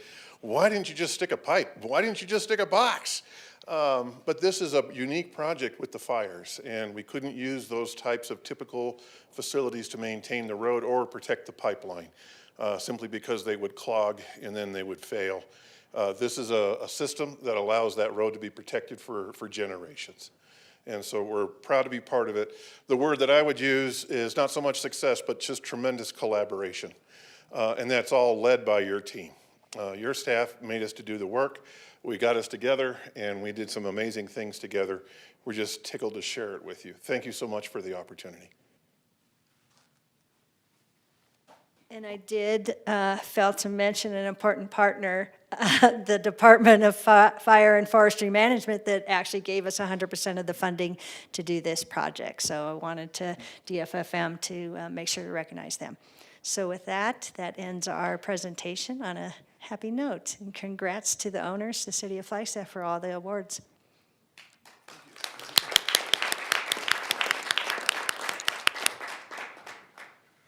Thank you. It is so good to see you all up here. Don't go too far. We've got some comments for you. So I was honored to go up there a few times, and I always question, like, how in the world are they doing this? I mean, it's just incredible. And you're right, the collaboration, the teamwork, just from A to Z, this has been just an incredible project. Watching our staff shine, watching all of you shine. I just want to thank you, and thank you for sharing the awards. This is a great moment for the city and for our community. Thank you. And I do see we have a comment from Councilmember House. Thank you, Vice Mayor. Thank you all. I was not going to make you stand up here for this, but just wanted to say thank you. I mean, this was amazing work. You did it in just amazing timing. We often have conversations about the speed of government from this dais, and just the way that you got these projects and this work across the finish line in just amazing timing was just amazing. I'm running out of words to say how just great and appreciative we are as a community and as a council, how meaningful this is to the overall community and the impact that this is going to have, as you said, hopefully for years to come, and not having to go back out there. But it's just an impressive amount of work, and we're just eternally grateful for you all for getting this done, and very well earned with all of these awards. So thank you. And Councilmember Matthews has a comment. Thank you, Vice Mayor. Just echoing what everybody said, I know that it's not just easy to take us on a tour. It's an all-day event. We look like some official motorcade coming through with all the, black vehicles, sedans and stuff. But I appreciate that you took the time, because pictures don't do it justice. And I also wanted to comment on the drinkers that we were able to install during this project to help mitigate some of the drought issues with our wildlife up there, and partnering with Game and Fish. So that was an extra bonus. I think, I just want to throw it out there, no pressure. I don't want to see you all up here doing another project like that again, because of what that means, that something catastrophic would have to happen. So how about let's just do an annual barbecue? Right? Maybe we can arrange that. So thank you all so much. Well-deserved awards, and I just appreciate all the time that you took. All the collaboration was huge, and I just want to say thank you. We'll come back and do another project for you, though. Yes, but nothing catastrophic that you're trying to fix. There you go. You can do some easy ones, too. Thank you. Well, congrats to all of you, and thank you for all your support. Thank you.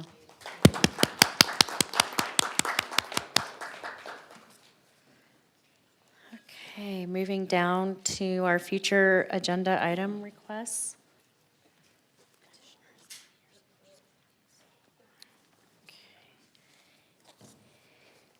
Titled A Citizen Petition Resolution Condemning Trump's Illegal War. And I do have some public comments on this, and I'm going to start with Clay Emmanuel.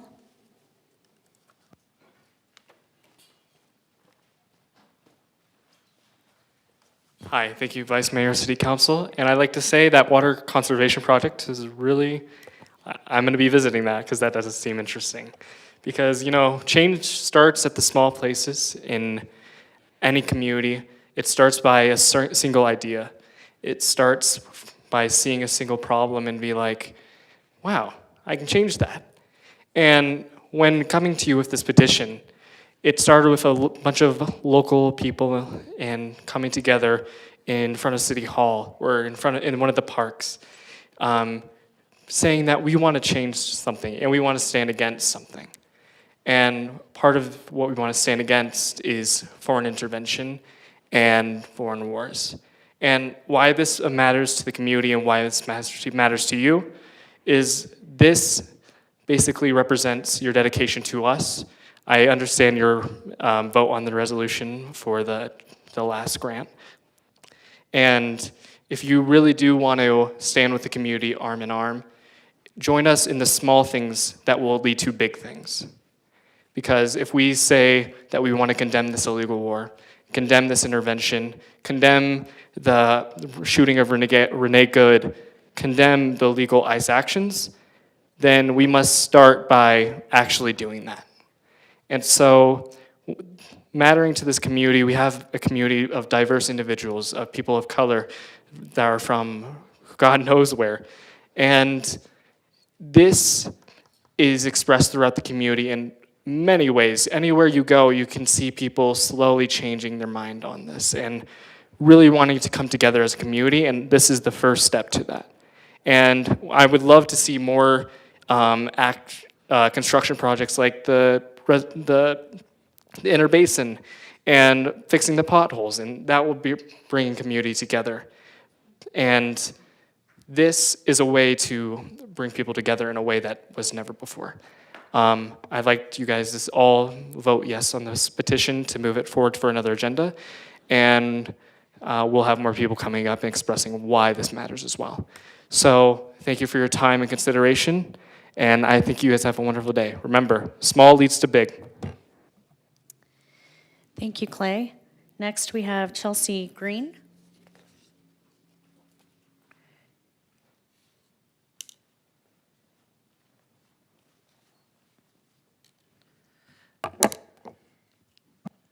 Okay. Hi, I'm Chelsea Green. I already addressed you guys once.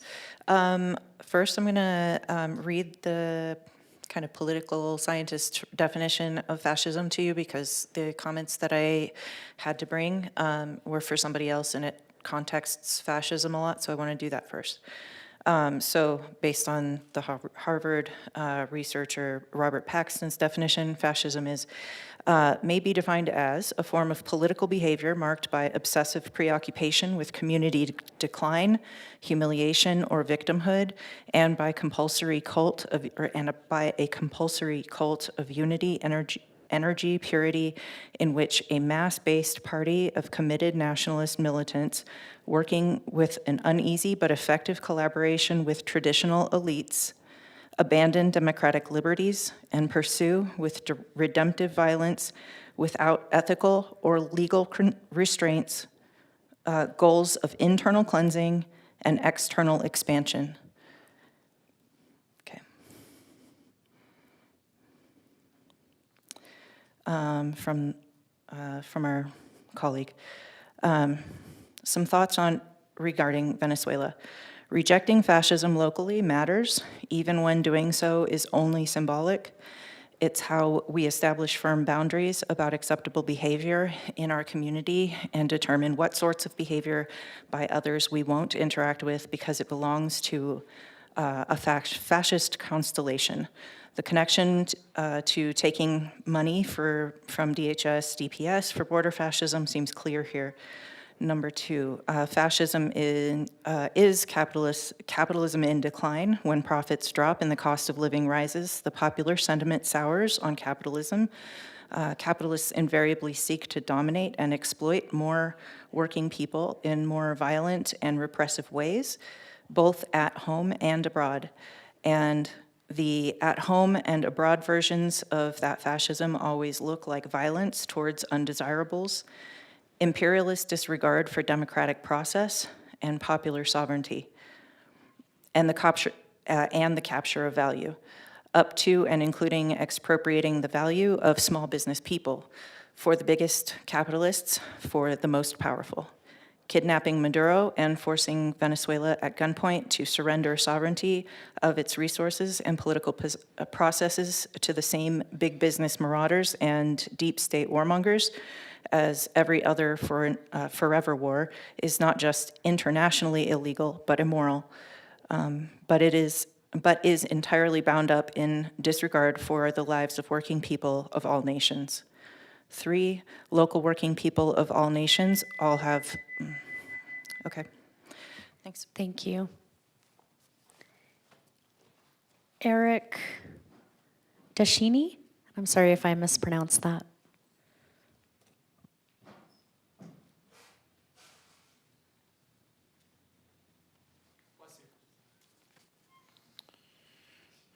Thank you, Vice Mayor and members of the council, and all the folks in the room. My name is Eric Deschini, and I am a former member of the Arizona House of Representatives. I'm a citizen of the Navajo Nation and somewhat of a citizen of Flagstaff, just outside the city limits. So greater Flagstaff.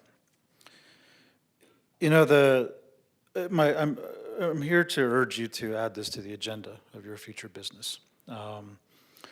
You know, when I saw this resolution, I thought to myself, well, I'm 100% behind it.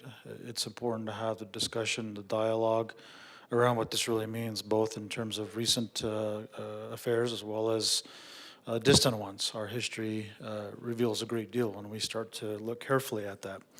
You know, I was recently researching the Navajo Nation energy policy of 1980, and I find it particularly relevant as to why I'm going to ask you to add this to your future agenda. And let me just read a small section of it. It reads, "The history of relations between the Indian people and non-Indians has shown that whenever Indian people have something valuable, parens, land, water, gold, oil, gas, coal, etc., end parens, legal, moral, and ethical obligations are ignored, and the virtual confiscation and exploitation of Indian resources takes place."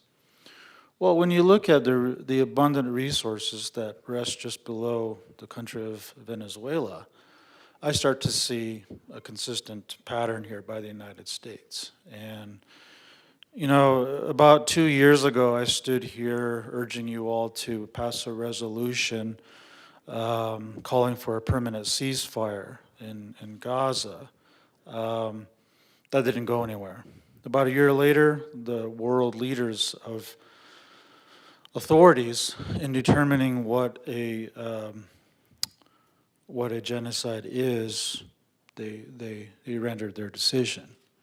And I often wonder how those particular city council members reconcile the big picture in hindsight. And so, you know, I think that these conversations are incredibly relevant, especially when the resources of the Navajo Nation and the histories of peoples from different parts of the globe are particularly relevant. You don't have to dig very far to see that. And I think that, you know, having a further dialogue to unpack this even more, I think would serve everyone of interest.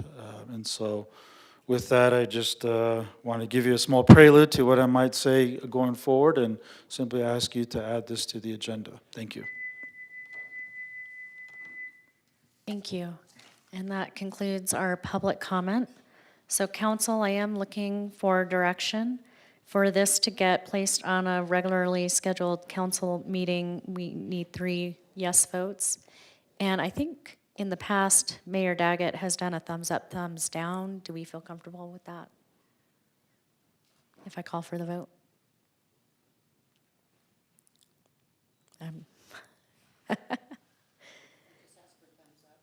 Okay, so can I get thumbs up on those who would like to see this move forward?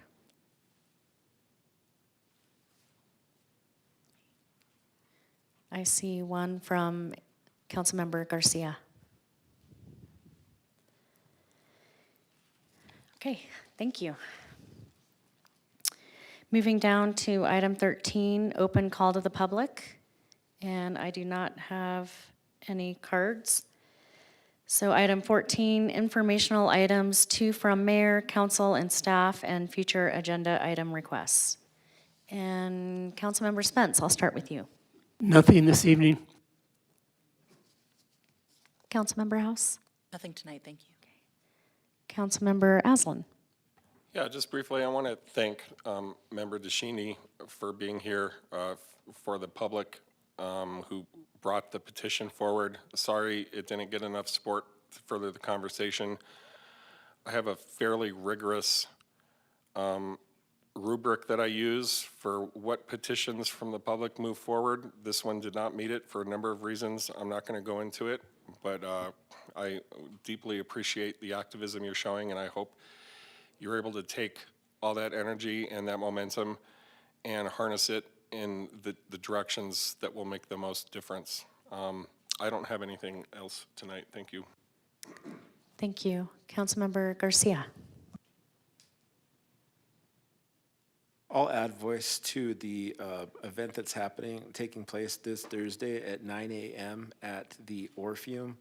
I'm pretty sure it's city-specific, but still, it's important to note that the City Manager's Excellence Awards will be taking place at that time. And I will allow the City Manager to expand on that later, but I'll be there for that. Thank you. Thank you. Councilmember Matthews. Thank you, Vice Mayor. I did want to start with just a comment about why I didn't move this petition forward. I do appreciate community involvement and having a platform where you can bring things of your concern to the council. My personal guidelines on citizen petitions, because we have so much that we have to decide on and focus on, and so my criteria is can we move the needle? Is it something that impacts, I mean, global things do impact our community, but is it something that we can actually change and keep our staff focused on city business specifically? But I do appreciate the efforts, and I hope to continue seeing our community come and speak on things that concern them. I did just want to make a comment. I had a great conversation with the Housing Department today, and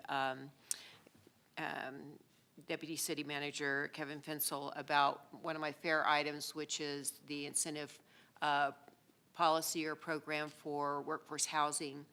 And I've decided to place it on hold temporarily because we are working on some with LASCAP and some other things with the regional plan. If we identify that it will be addressed within the next 3 or 4 months, then I can drop it all together. But right now, I'm just going to put it on pause until we get those answered, because we believe that what we're working on now, as far as staff goes, will address that question. So I just wanted to publicly state that I'm putting that one on hold. Thank you for that update. I do not have anything tonight except for a thank you to everyone for, again, the open and honest conversation. And I'm wondering if City Manager or your team has anything to add. Vice Mayor, Council, just to follow up on Councilmember Garcia's preview, we have the City Manager's Excellence Awards at the Orpheum this Thursday. Doors open and food is being served starting at 9:15, and the actual award ceremony starts at 10 a.m., 10 to noon. Shannon, Kevin, and I will be presenting those awards. We have a great MC, and it's just really an opportunity to highlight all of the great work that city staff is doing and recognize that work. So I hope you can all join. It's a really big day for all of us. And is there anything else, Shannon or Kevin? No? Okay, with that, thank you. Thank you. And